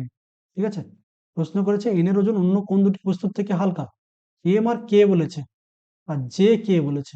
এইখানে একটা কনফিউজিং ব্যাপার হচ্ছে এইখানে এসে, যে যখন তুমি এন এর ওজন জেড থেকে কম কিন্তু এল এর থেকে বেশি বলছে, এইখানে এসে তোমার কিন্তু আর তুমি ওই তুমি রাস্তা খুঁজে পাচ্ছ না। কারণ এখানে এম এর সাথে এন এর, এম এন এর থেকে ছোট না বড় সেটা তুমি নির্ণয় করো। এম কে এন এর থেকে ছোট না বড় সেটা তোমাকে নির্ণয় করতে হবে। এম এর ওজন এন এর অর্ধেক বলা ছিল, তার মানে এখানে লাইনটা আমার একটু আঁকা ভুল হয়েছে। এখানে একটা কথা বলা ছিল এম এর ওজন এন এর অর্ধেক, তার মানে এনটাকে এমন ভাবে আঁকবো, আবার এন বলা আছে জেড থেকে ছোট কিন্তু এল এর থেকে বড়, জেড থেকে ছোট এল এর থেকে বড় হবে এন অবশ্যই। আর এম এর এন এর ওজন, এম এর ওজন এন এর অর্ধেক, তার মানে এম এর থেকে এন একটু বড় হবে, আমি একটু এঁকেছি ভুল, ঠিক আছে, এরকম। আর কে হচ্ছে তোমার জেড থেকে একটু সামান্য ছোট, ব্যাস এই হচ্ছে ব্যাপার। তাহলে এই হচ্ছে ব্যাপার, এখানে আমার ছবিটা একটু আঁকা ভুল ছিল। এল সবচেয়ে ছোট, প্রথম প্রশ্নের উত্তর ঠিক আছে। পরের প্রশ্নের উত্তরে বলেছে যে কি বলেছিল, যে এন অন্য কোন দুটি বস্তুর থেকে হালকা, অন্য দেখে নাও, যে কে দুটোর থেকেই এন ছোট পড়ছে, তাহলে উত্তর হবে যে কে, অপশন ডি। এবার আসছে 53 দাগের প্রশ্ন, এন এর ওজন অন্য কোন দুটি বস্তুর চেয়ে ভারী, অন্য কাদের থেকে সে ভারী, এন এর থেকে হালকা কারা কারা, এল আর এম, এদের থেকে এন ভারী, এল এম হচ্ছে উত্তর, এল এম, মানে এম আর এল, এদের থেকে এন ভারী, অপশন এ, 53 এ। এবার বলেছে যে নিচের কোনটির ওজন সবচেয়ে ভারী, সবচেয়ে বড় এলিমেন্ট তো ছিল যে, যে সবচেয়ে ভারী, তাহলে এখানে হচ্ছে যে, 54 দাগের অপশন বি যে। এবার 55, নিচের বস্তুগুলি ওজনের অবরোহী ক্রমে সাজাও। এবার অবরোহী নামটার সঙ্গে তোমাদের কনফিউশন হবে, ইংরেজি পড়ো তাহলে। ডিসেন্ডিং অর্ডার, ডিসেন্ডিং অর্ডার মানে বড় থেকে ছোট, অ্যাসেন্ডিং অর্ডার দিলে ছোট থেকে বড় হতো, ডিসেন্ডিং মানে বড় থেকে ছোট, বড় থেকে ছোট সাজালে কোনটা হবে? দেখো এখানে সবচেয়ে বড় আছে যে, বড় থেকে ছোট সাজালে যে প্রথমে সবচেয়ে বড় আসবে, তাহলে যেই অপশনের শুরুতে দেখো যে আছে ওইটাই হচ্ছে উত্তর, তুমি যদি সাজাতে ওটাই পেতে, J K M, J K N M L, দেখে নাও, আমাদের সবচেয়ে বড় ছিল জে, তারপরে বড় ছিল কে, তারপরে ছিল এন, তারপরে ছিল এম, তারপরে L, J K N M L, দেখে নাও ওটাই উত্তর ছিল, J K N M L. 55 দাগের উত্তর ঠিক আছে। এবার আসছে 56 দাগের প্রশ্ন। 56 দাগের প্রশ্নে কি দেওয়া আছে, কোডিং ডিকোডিং এর প্রশ্ন, ফলো ইজ কোডেড অ্যাজ 1 2 3 3 2 4, তাহলে ফুল টু বি কোডেড, ফুলকে তাহলে কি কোড দেওয়া হবে, ফলোকে যদি 1 2 3 3 2 4 বলা হয়, ফুলকে কি বলা হবে, ফুলের সংকেত কত হবে? তাহলে দেখে নাও, এফ এর কোড কত দেওয়া আছে, এফ এর কোড দেওয়া আছে 1, ঠিক আছে, আর ও এর কোড কত দেওয়া আছে, ও এর কোড হচ্ছে 2, ঠিক আছে, পিছন থেকে দেখো ও ডাব্লিউর কাছে একটা ও আছে, ওই ও এর মাথায় দেখো 2 লেখা আছে, মানে এফ হচ্ছে 1, ও হচ্ছে 2, এল এল দুবার এল আছে, এই দুটো এল এর কোড কত, এল এর কোড হচ্ছে 3 3, মানে এল যেখানে থাকবে সেখানে হচ্ছে 3 থাকবে, তার মানে আমি কি পেলাম, এফ এর সংকেত হচ্ছে 1, ও এর সংকেত কি পেলাম, ও এর সংকেত হচ্ছে 2, আর এল এর সংকেত কি পেলাম আমি, 3। আমার ফুল তৈরি করতে গেলে কি লাগবে, এফ ডবল ও এল লাগবে, তাহলে 1 1 2 2 3, এটা হচ্ছে উত্তর আসবে, কারণ ফুল তৈরি করতে গেলে এফ এর সংকেত কত 1, ও এর সংকেত 2, ও এর সংকেত 2, এল এর সংকেত হচ্ছে 3, তাহলে 1 2 2 3, এটা হচ্ছে উত্তর। 56 দাগের এই হচ্ছে 1 2 2 3। তাহলে একইভাবে এই পরের প্রশ্নটা দেখো, র্যাট ইজ কোডেড অ্যাজ, র্যাটকে কোডিং করা হয়েছে 462, sit is coded as 3862, then the code of CR will be. দেখো র্যাটের আর এর কোড হচ্ছে 4, তোমার সিআর এ কি লাগবে, আর লাগবে, আর এর কোড কত বলা আছে, র্যাট থেকে তুমি আর এর কোড পেয়েছো, র্যাটের আর এর কোড হচ্ছে 4, ঠিক আছে, আর কি লাগবে, সিআর এ আর কিছু এ লাগবে, এর কোড কত দেওয়া আছে এখানে, এর কোড দেওয়া আছে 6, তাহলে বসিয়ে নাও, তুমি দেখতেই পাচ্ছ একটাই অপশন, দুটো অপশনে 64 আছে, না এখন আমাকে করতে হবে, তাহলে এস এর কোড জানতে হবে, সিট থেকে আমি এস এর কোড পাবো, সিটের এস এর কোড দেখো বলা আছে 3, এসিএটি 3 8 8 6 2, তার মানে এস এর কোড হচ্ছে 3, এস এর কোড হচ্ছে 3, আর রইল ই, ই এর কোড কত হবে, ই এর কোড হচ্ছে 8, 8 হচ্ছে ই এর কোড, ঠিক আছে, 3 8 6 4, তাহলে সিআর এর কোড কি পেলে, 3 8 6 4, মানে তোমার কাছে মান দেওয়া থাকবে, এই মান থেকে তোমার কোডগুলো বের করতে হবে, র্যাটের কোড দেওয়া আছে এখানে, তাহলে আর এর কোনটা হবে, এর কোনটা, এর কোনটা, এরকম করে বের করে নিতে হবে। খুব সহজ প্রশ্ন ছিল এটা। 57 এর হচ্ছে ডি, 3864 হচ্ছে অ্যান্সার। এবার 58, এখানে বলেছে একটা সংকেতে ইট ইজ ওল্ড, মানে 3 4 6, ইট ইজ ওল্ড কে বলা হচ্ছে 3 4 6, ওল্ড আর উইক 8 7 6, এরকম দেওয়া আছে, ওল্ড আর উইক 8 7 6, ওল্ড মানে কত, ওল্ড মানে কোনটা? এবার দেখো দুটো কোডের মধ্যেই দুটো লাইনের মধ্যেই ওল্ড লেখা আছে, it is old, coding decoding এর ক্লাসে আমি বলেছিলাম এর আগে, দেখো দুটো বাক্যের মধ্যে কমন অংশ আমাকে খুঁজতে হবে, ইট ইজ ওল্ডেও ওল্ড আছে, আর ওল্ড আর উইক এখানেও ওল্ড আছে, তার মানে ইট ইজ ওল্ড এর যে কোড, তার সাথে ওল্ড আর উইকের যে কোড কিছু মিল থাকবে। দেখো রাইট সাইডে দেখো ইট ইজ ওল্ড এর কোড আছে 3 4 6, ওল্ড আর উইকের কোড হচ্ছে 8 7 6। তাহলে কিটা কমন পাচ্ছ? এই 6টা হচ্ছে দু জায়গাতেই কমন। তার মানে ওল্ড এর কোড হচ্ছে কত গিয়ে 6। ঠিক আছে, এটা ছিল সহজ প্রশ্ন 58। এবার আসছে 59। River is coded as 34673। তাহলে এখানে রিভারের কোড দেওয়া আছে, রাইডের কোড দেওয়া আছে 3457, কোড অফ ড্রাইভের কোড বের করতে হবে। তাহলে ডি এর কোড, দেখো ডি কোথায় পাচ্ছ? রাইডের ডি আছে, রাইডে ডি আছে। ডি এর কোড কত? ডি এর কোড দেখো দেওয়া আছে 5, RIDE। তাহলে 3 4 5 7, 3 নম্বর লেটার ছিল ডি, তাহলে 3 নম্বর নাম্বার যেটা 5 সেটাই হচ্ছে ডি এর নাম্বার। তুমি একটা থেকেই আনসার করে দিতে পারবে বি হবে উত্তর, কারণ কোনো অপশানেই শুরুতে 5 নেই। DRIVE, তাহলে 5 দিয়ে শুরু হবে। তবুও আমি বাকিগুলো বের করে দেখাচ্ছি। আর এর কোড, আর এর কোড কোথা থেকে পাবে? রাইড থেকে আর এর কোড পাবে। রাইডে আর এর কোড হচ্ছে 3। ঠিক আছে, আই এর কোড, আই এর কোড রিভার থেকে পাবে। রিভারে আই এর কোড হচ্ছে 4 দেওয়া আছে দেখো। এবার আছে ভি, ভি এর কোড কোথা থেকে পাবে? রিভার থেকেই পাবে। রিভারের 3 নম্বর লেটারটা হচ্ছে ভি। ঠিক আছে, এখানে তাহলে 3 নম্বর লেটার হচ্ছে 6, 6 হচ্ছে ভি এর কোড। এবার আসছে কিসের কোড? আর লাগবে ই, ই এর কোড কত? ই এর কোড কোথা থেকে পাবে? রাইড থেকেও পাবে, রিভার থেকেও পাবে। রাইডে ই এর কোড ছিল 7, আর রিভারেও ইউ এর কোড দেখো 7 দেওয়া ছিল। তাহলে 5 3 4 6 7, এটা হচ্ছে উত্তর 59 দাগের প্রশ্ন। এবার বলেছে দেখো একটা 60 দাগের প্রশ্ন, একটা সংকেতে ফন ড্যান ট্যান মানে dogs are brave, lot van Dan মানে dogs are guard, lot von মানে ব্রেভ গার্ড। এই সংকেত ব্যবস্থায় ব্রেভ বলতে কোনটাকে বোঝাচ্ছে? এই প্রশ্নটা আমার মনে হয় টেকনিক্যালি একটু ভুল আছে, কারণ এই ধরনের coding decoding A von Dan tan dogs are brave, পরেরটাতে আছে দেখো ডগস আর গার্ড। তাহলে দুটো বাক্যে যখন ডগস কথাটা মিল আছে, তাহলে তাদের কোডের মধ্যেও কিছু মিল থাকা উচিত ছিল। কিন্তু যে কোশ্চেন দেওয়া আছে লেফট সাইডের কোনো কোডে কোনো মিল নেই। টেকনিক্যালি একটু মনে হয় ভুল আছে। তাও আমরা এটা ইগনোর করলাম, ছাড়ো এটা ছেড়ে আমরা আগের দিকে এগাই। কি বলছে দেখি, কি বলেছে দেখো। ডগস আর ব্রেভ, সেটাকে বলা হচ্ছে ফন ড্যান ট্যান। আর ব্রেভ কোথায় পাচ্ছ?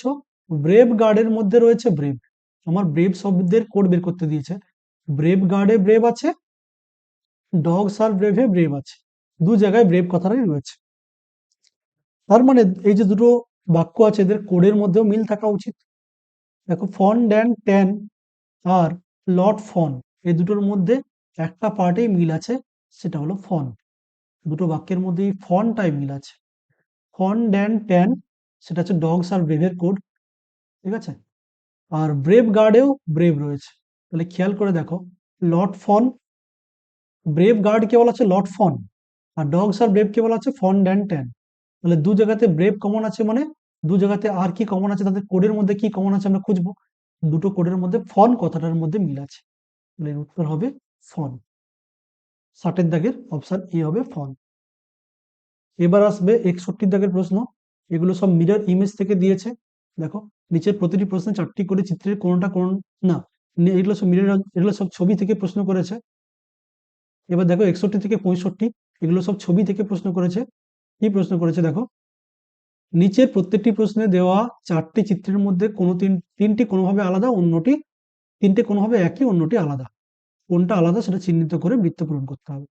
61 দাগে দেখো, এটা একটা বৃত্ত, তার ভিতরে ক্রস চিহ্ন দেওয়া আছে, এটা একটা আয়তক্ষেত্র, তার ভিতরে যোগ চিহ্ন দেওয়া আছে, এটা আরেকটা বর্গক্ষেত্র, তার ভিতরে যোগ চিহ্ন দেওয়া আছে, আর একটা ডি লিখা, একটা হচ্ছে বৃত্ত, তার ভিতরে যোগ চিহ্ন দেওয়া আছে।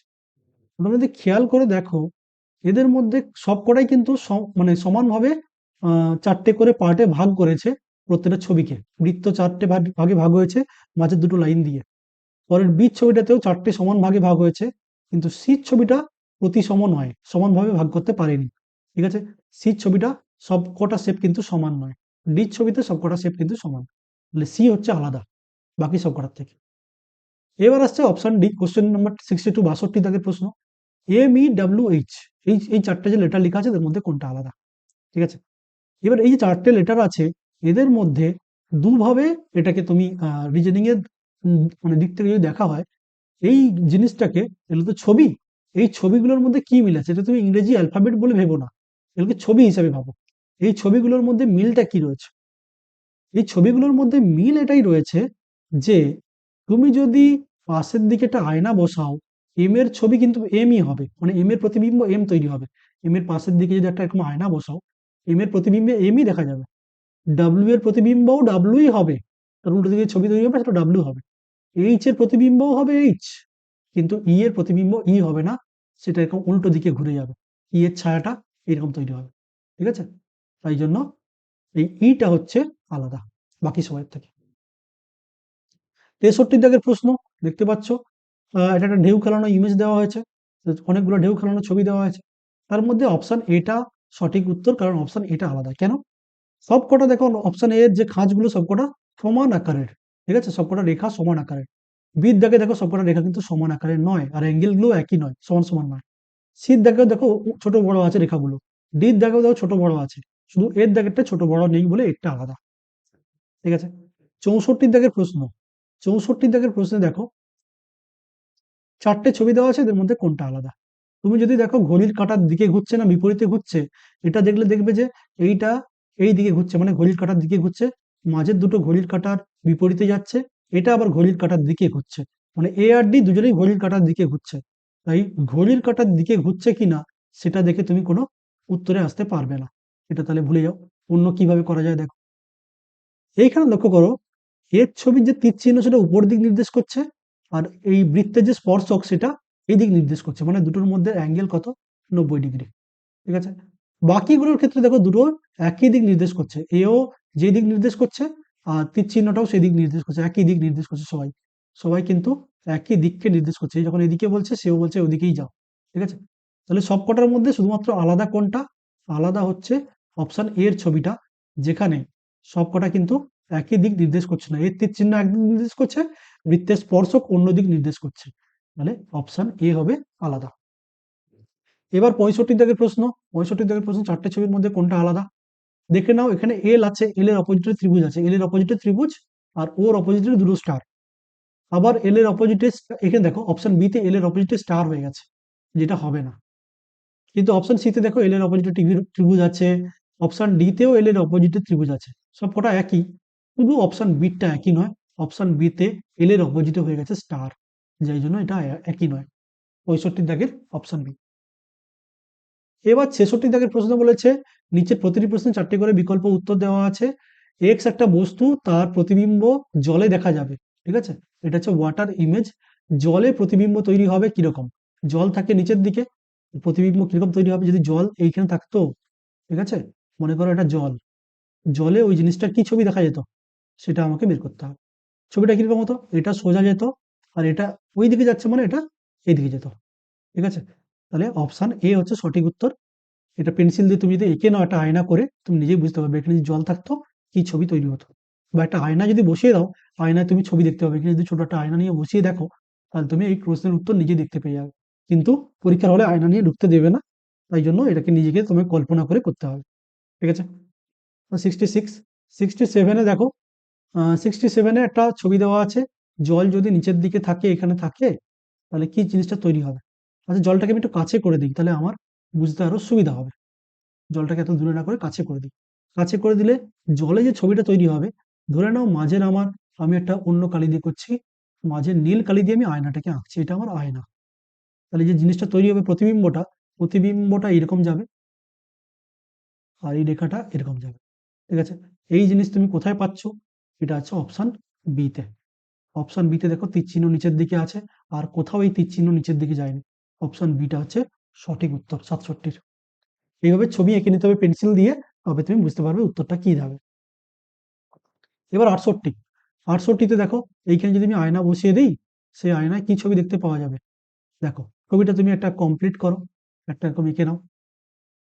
আয়নায় যে প্রতিবিম্ব দেখতে পাওয়া যাবে, প্রতিবিম্ব থেকে বস্তুর দূরত্ব সমান সমান হয় সবসময়। এইরকম একটা ছবি দেখতে পাওয়া যাবে আয়নায়, তাহলে সেটা পাওয়া যাচ্ছে অপশন সি তে। আর নিচে যদি জল থাকা আর আয়না থাকা একই ব্যাপার, নিচের দিকে থাকলে প্রতিবিম্বটা এরকম আসতো, তাহলে অপশন সিটা হচ্ছে সঠিক উত্তর। অপশন এটা কেন নয়? কারণ দেখো বস্তুটার এইখানে দেখো দুটো লাইন আছে, এই জায়গায় লক্ষ্য করে দেখো, কিন্তু প্রতিবিম্বে এর অপশনে এটা নেই, ঠিক আছে? তাই জন্য তোমাকে ছবিটাকে খেয়াল করতে হবে, ছবিটা খেয়াল করে তোমাকে আনসার দিতে হবে। 68 দাগের অপশন সি। এবার আসছে 69, 69 একটা সি লেখা আছে, নিচের দিকে যদি একটা আয়না থাকে তাহলে তাতে প্রতিবিম্ব কি লেখা থাকবে? সি লেখা থাকবে। ঠিক আছে, এই অপশন এটটা হচ্ছে উত্তর, অপশন এ।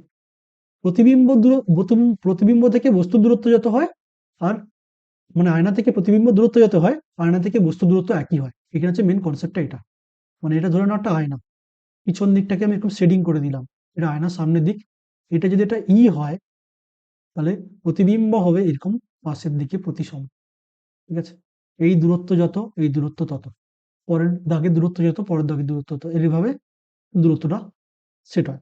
ঠিক আছে, তাহলে অপশন এ হচ্ছে সঠিক উত্তর। 70-এর দাগের নিচের দিকে যদি জল থাকে তাহলে এই যে তিন কোণাটা ত্রিভুজ, এটার মাথার থাকবে উপরের দিকে, সেটা অপশন এতেও পাচ্ছি, অপশন ডিতেও পাচ্ছি। এবার দেখো 70-এর এই কোণাটা আছে এদিকে, তাহলে যে ছবিটা তৈরি হবে সেটা এরকম হবে, এইখানটা কালো আর এই কোণায় এরকম গোল গোল থাকবে, সেটা অপশন ডিতেই একমাত্র পাচ্ছ। দেখো, আয়না থেকে প্রতিবিম্ব দূরত্ব যত, আয়না থেকে বস্তুর দূরত্ব তত, একই একই হচ্ছে, তাহলে সেই হিসাবে 70-এর দাগের হবে ডি। 71, কিছু মিসিং ছবি আছে, এই ছবিটা কমপ্লিট করতে গেলে কি লাগবে, কোন ছবি, কোন সেটটা লাগবে? ঠিক আছে, তুমি দরকার হলে পেন্সিল দিয়ে এঁকে নাও, নিলে বুঝতে পারবে। পেন্সিল দিয়ে ছবিটা এঁকে নাও, এই দিলে তোমার মিসিং জিনিসটা পূরণ হচ্ছে। এটা কোন ছবিতে আছে, কোন ছবিতে এই জিনিসটা পাচ্ছ দেখে নাও। এটা অপশন বি তে পাওয়া যাচ্ছে, একমাত্র অপশন বি তে এই ছবিটা পাওয়া যাচ্ছে, যেটা আমি আঁকলাম এখানে কালার দিয়ে। তোমাকে পেন্সিল দিয়ে এঁকে নিতে হবে বা পেন দিয়ে এঁকে নিতে হবে, দিলে তুমি বুঝতে পারবে সহজে। 71 হয়ে গেল। 72, 72-এ দেখো এটা কমপ্লিট করতে গেলে কোন ছবি লাগবে? খেয়াল করে দেখো, আমাদের ছবিটা এরকম দেখতে লাগবে। এখানে অপোজিটে যে দাগটা আছে সেটার খাঁজটা একটু এই কাছের দিকে আছে, তাহলে এরও খাঁজটা কোথায় হবে? একটু ওই দূরের দিকে হবে, এখানটায় হবে। ঠিক আছে, এটা একটু দূরে, এটা একটু দূরে, মানে সবকটা দেখো ছবি দেখলে তুমি বুঝতে পারবে, নকশা ডিজাইন দেখলে বুঝতে পারবে। প্রতিবিম্বের এই ছবিটা দাঁড়াবে, এইটা হচ্ছে কোথায় আছে? এটা অপশন সিও মনে হতে পারে, ডিও মনে হতে পারে। সি কিন্তু নয়, সি তে দেখো খাঁজটা আছে এই কাছাকাছি, এইখানে খাঁজ থাকবে না, খাঁজটা থাকবে দূরে। অপশন ডি হচ্ছে এই প্রশ্নের সঠিক উত্তর। ঠিক আছে, এবার আসছে অপশন, পরের প্রশ্ন হচ্ছে 73 দাগের প্রশ্ন। এটাও একটা ছবি দিয়েছে, এই ছবিটা ইনকমপ্লিট, ছবিটা কমপ্লিট করতে হবে তোমাকে। তাহলে কমপ্লিট করে নিই আমরা, এইভাবে কমপ্লিট করে নিলে কি লাগছে এক্সট্রা? একটা দাগ আর একটা ত্রিভুজ। ঠিক আছে, দাগটা কিন্তু ত্রিভুজকে কেটে যাবে না, এই যে কেটে গেছে শীটটা, শীটটা কিন্তু হবে না, এই যে কেটে গেছে বলে এইটা হবে, দাগটা ত্রিভুজের তলায় থাকবে। দেখো, দাগ, এটা ত্রিভুজ, এরকম থাকবে। অপশন ডি তে ওই সঠিক উত্তরটা পাচ্ছি। এটা চোখে দেখলেই তোমার আনসার হয়ে যাবে, এখানে কিছু বোঝার কিছু নেই। এবার আসছে 74-এর দাগের প্রশ্ন। 74-এ এই ছবিটা কমপ্লিট করতে গেলে কি লাগবে? এরকম একটা বৃত্তের অংশ লাগবে, আর ভেতরের এই অংশটা এইভাবে শেডিং করা থাকবে, যেটা অপশন ডি তে, অপশন ডি তেই রয়েছে যেটা। ঠিক আছে, অপশন ডি তে যেটা রয়েছে এই শেপটাকে তুমি এখানে বসালে ছবিটা কমপ্লিট হবে, নকশাটা কমপ্লিট হবে। 74। এবার আসছে 75-এর দাগের প্রশ্ন। 75-এ দেখো এইখানে কি লাগবে? এখানে কমপ্লিট করতে গেলে একটা একটা ত্রিভুজ লাগবে, আর ত্রিভুজের শেডিংটা একটু লক্ষ্য করো কিরকম আছে। শেডিং হচ্ছে এপাশে চলছে এইভাবে, এইভাবে এই কোণা থেকে, মানে বাইরের কোণা থেকে, এই কোণা থেকে শুরু হচ্ছে শেডিং। তাহলে এই ছবির কোণা কিরকম হবে? এই কোণা থেকে শেডিং শুরু হবে, মানে এই নিচের কোণা থেকে শুরু হবে। এই কোণায় শেডিং কোথা হচ্ছে? অপশন সি তেও আছে, অপশন ডি তেও একই রকম লাগছে, অপশন সিটা হবে, ডিটা কিন্তু নয়। ডি ছবিটার ত্রিভুজটা কিন্তু সমদ্বিবাহু ত্রিভুজ হয়ে গেছে, সমকোণী সমদ্বিবাহু, আর এটা কিন্তু সমদ্বিবাহু ত্রিভুজ আছে। ঠিক আছে, সমকোণী সমদ্বিবাহু নয়, শুধু সমদ্বিবাহু ত্রিভুজের মতো লাগছে। 75-এর অপশন সি হবে। এবার আসছে 76। 76-এ কোন সেটটা দিলে কমপ্লিট হবে? তোমরা দেখে নাও, সির দাগের যে অপশনটা আছে এইটা বসালেই এখানে অ্যাপ্রোপ্রিয়েট হবে, যদি এইটা বসানো হয় তবে নকশাটা কমপ্লিট হয়। ঠিক আছে, এরকমই নকশাটা আছে, দেখে নাও এরকমই টাইপের কিছু একটা আছে। ঠিক আছে, এই নকশাটা তোমার দেখলে তুমি বুঝতে পারবে।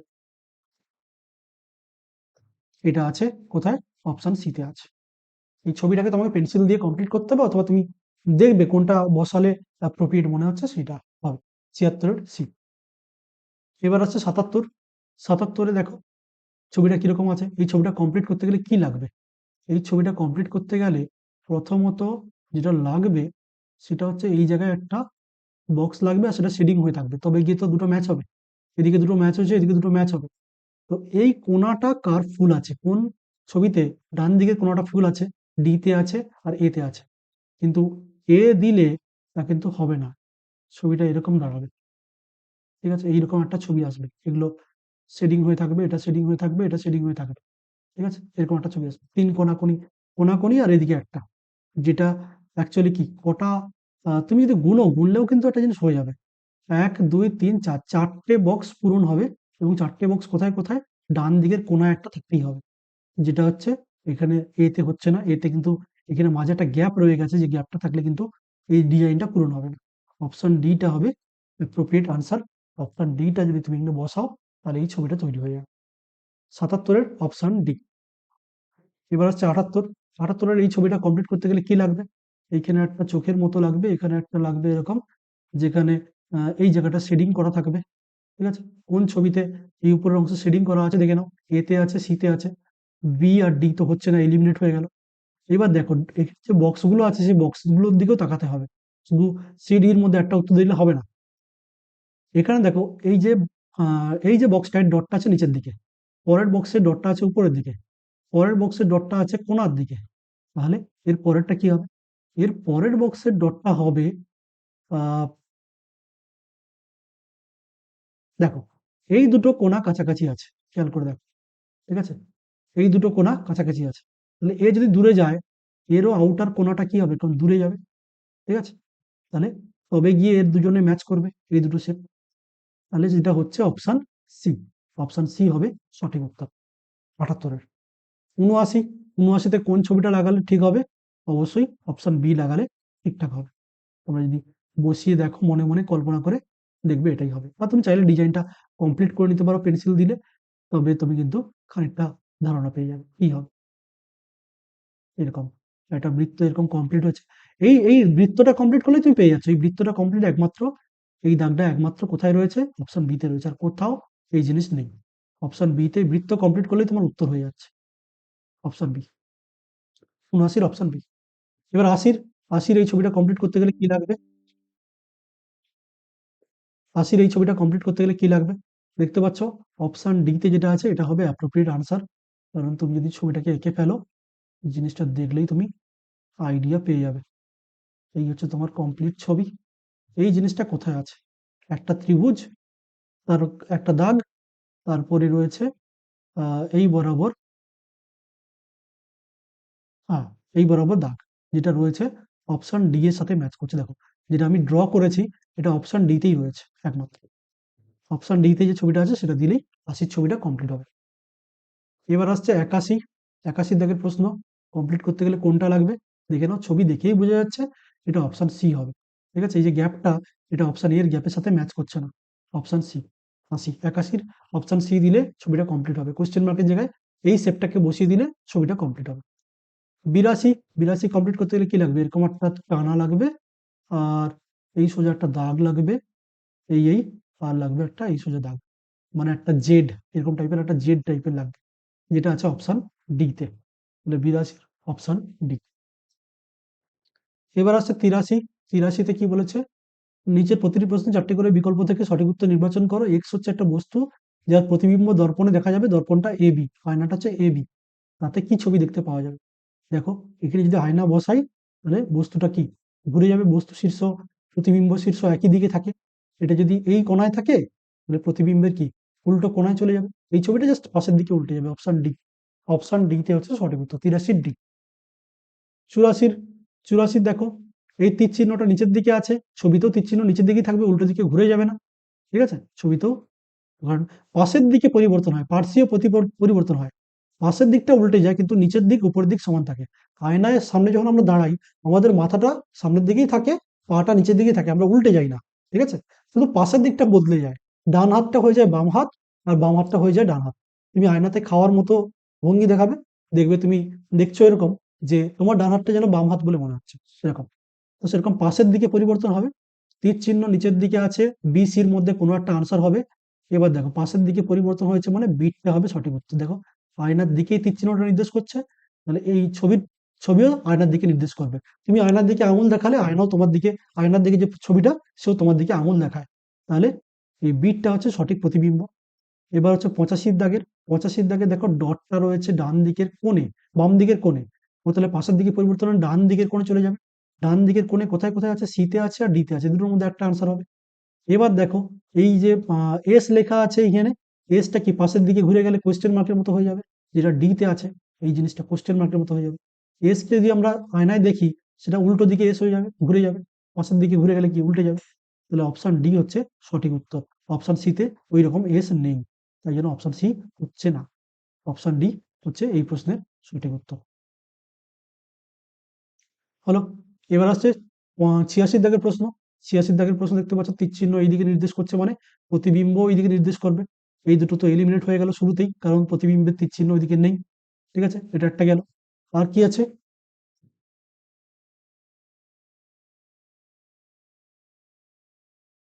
আর কি আছে দেখো, আহ এইদিকে দেখো, বৃত্তটা সাদা বৃত্তটা ছবির তীর চিহ্ন ঠিক সোজা নিচে আছে।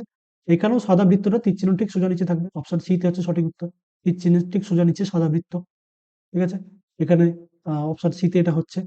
আর একটা জিনিস লক্ষ্য করার বিষয়, অপশন এই যে তীর চিহ্নটা ছিল, তীর চিহ্নের পিছন দিকটা ছিল গোল টাইপের, অর্ধবৃত্ত। এখানেও তীর চিহ্নের পিছন দিকটা অর্ধবৃত্ত, এই জিনিসটা অর্ধবৃত্ত আছে, এটা দেখে আমাদের চিনতে হবে। ঠিক আছে, তো এই হচ্ছে ব্যাপার, অপশন সি হচ্ছে সঠিক উত্তর। এবার 87 ছবির প্রতিবিম্ব, তোমরা দেখবে, এটা দেখলে হবে সির দাগেরটা আনসার হবে অপশন সি তে, সি। এইবার আসছে 88 তে এই এস দিয়েছে মানে সেটা কোয়েশ্চেন মার্কের মতো দেখতে লাগবে। কোয়েশ্চেন মার্কের মতো এস কোথায় আছে, একমাত্র ডি তে আছে, অপশন ডি। ঠিক আছে, এবার আসছে 89। 89 দেখো, এখানে একটা বড়শির কাঁটা দিয়েছে, যেটা জে লেখা আছে, তাহলে উল্টো জে কোথায় আছে, উল্টো জে এ তে আছে আর ডি তে আছে, কিন্তু এরটাই হচ্ছে অ্যাপ্রোপ্রিয়েট ছবি। দেখো ছবি আর প্রতিবিম্ব পাশাপাশি বসিয়ে দিয়েছে, এই এরটা হচ্ছে সঠিক উত্তর। এটার উল্টো দেখো, এটা এর দূরত্ব সমান, এর দূরত্ব সমান, আর এই কাঁটার দূরত্ব এই কাঁটার দূরত্ব সমান, শুধু ঘুরে গেছে সবাই পাশের দিকে। ঠিক আছে, তাহলে 89 দাগের উত্তর হচ্ছে অপশন এ। এবার শেষ প্রশ্ন আজকের, 90 দাগের প্রশ্ন। 90 দাগের প্রশ্নে হচ্ছে, একটা মিরর যদি মাঝে বসাই, তীর চিহ্নের এই ত্রিভুজটা ছিল এই দিকে নিচের দিকে, তাহলে সেটা হয়েছে অপশন এ তে। অপশন এ তেই একমাত্র এই কোণের দিকে তীর চিহ্ন কালো করা আছে, কোণের দিকে ত্রিভুজ কালো করা আছে। তাহলে 90 দাগের উত্তর হচ্ছে অপশন এ। তাহলে এই গেল আমাদের এনএমএমএস স্কলারশিপ পরীক্ষার প্রশ্ন উত্তর, যেটা আমরা আলোচনা করলাম। তোমাদের কার কত নাম্বার আসছে ম্যাথ পেপারটাতে তোমরা কমেন্টে অবশ্যই জানাবে। আর ভিডিওটাকে একটি লাইক করবে, এবং তোমার বন্ধু বান্ধব যারা এনএমএমএস স্কলারশিপ পরীক্ষা দিয়েছে তাদেরকে এই ভিডিওটা শেয়ার করবে। যেসব ভাইরা পরবর্তী বছরে এনএমএমএস স্কলারশিপ পরীক্ষা দেবে, সেই সব ভাই বোনদের তোমরা এই ভিডিওটা শেয়ার করতে পারো, তারাও ইন্সপায়ার হবে পরবর্তী বছরে তোমাদের মতো পরীক্ষা দেওয়ার জন্য। তাহলে আজকে ভিডিওটা এই পর্যন্তই, দেখা হচ্ছে পরের ভিডিও।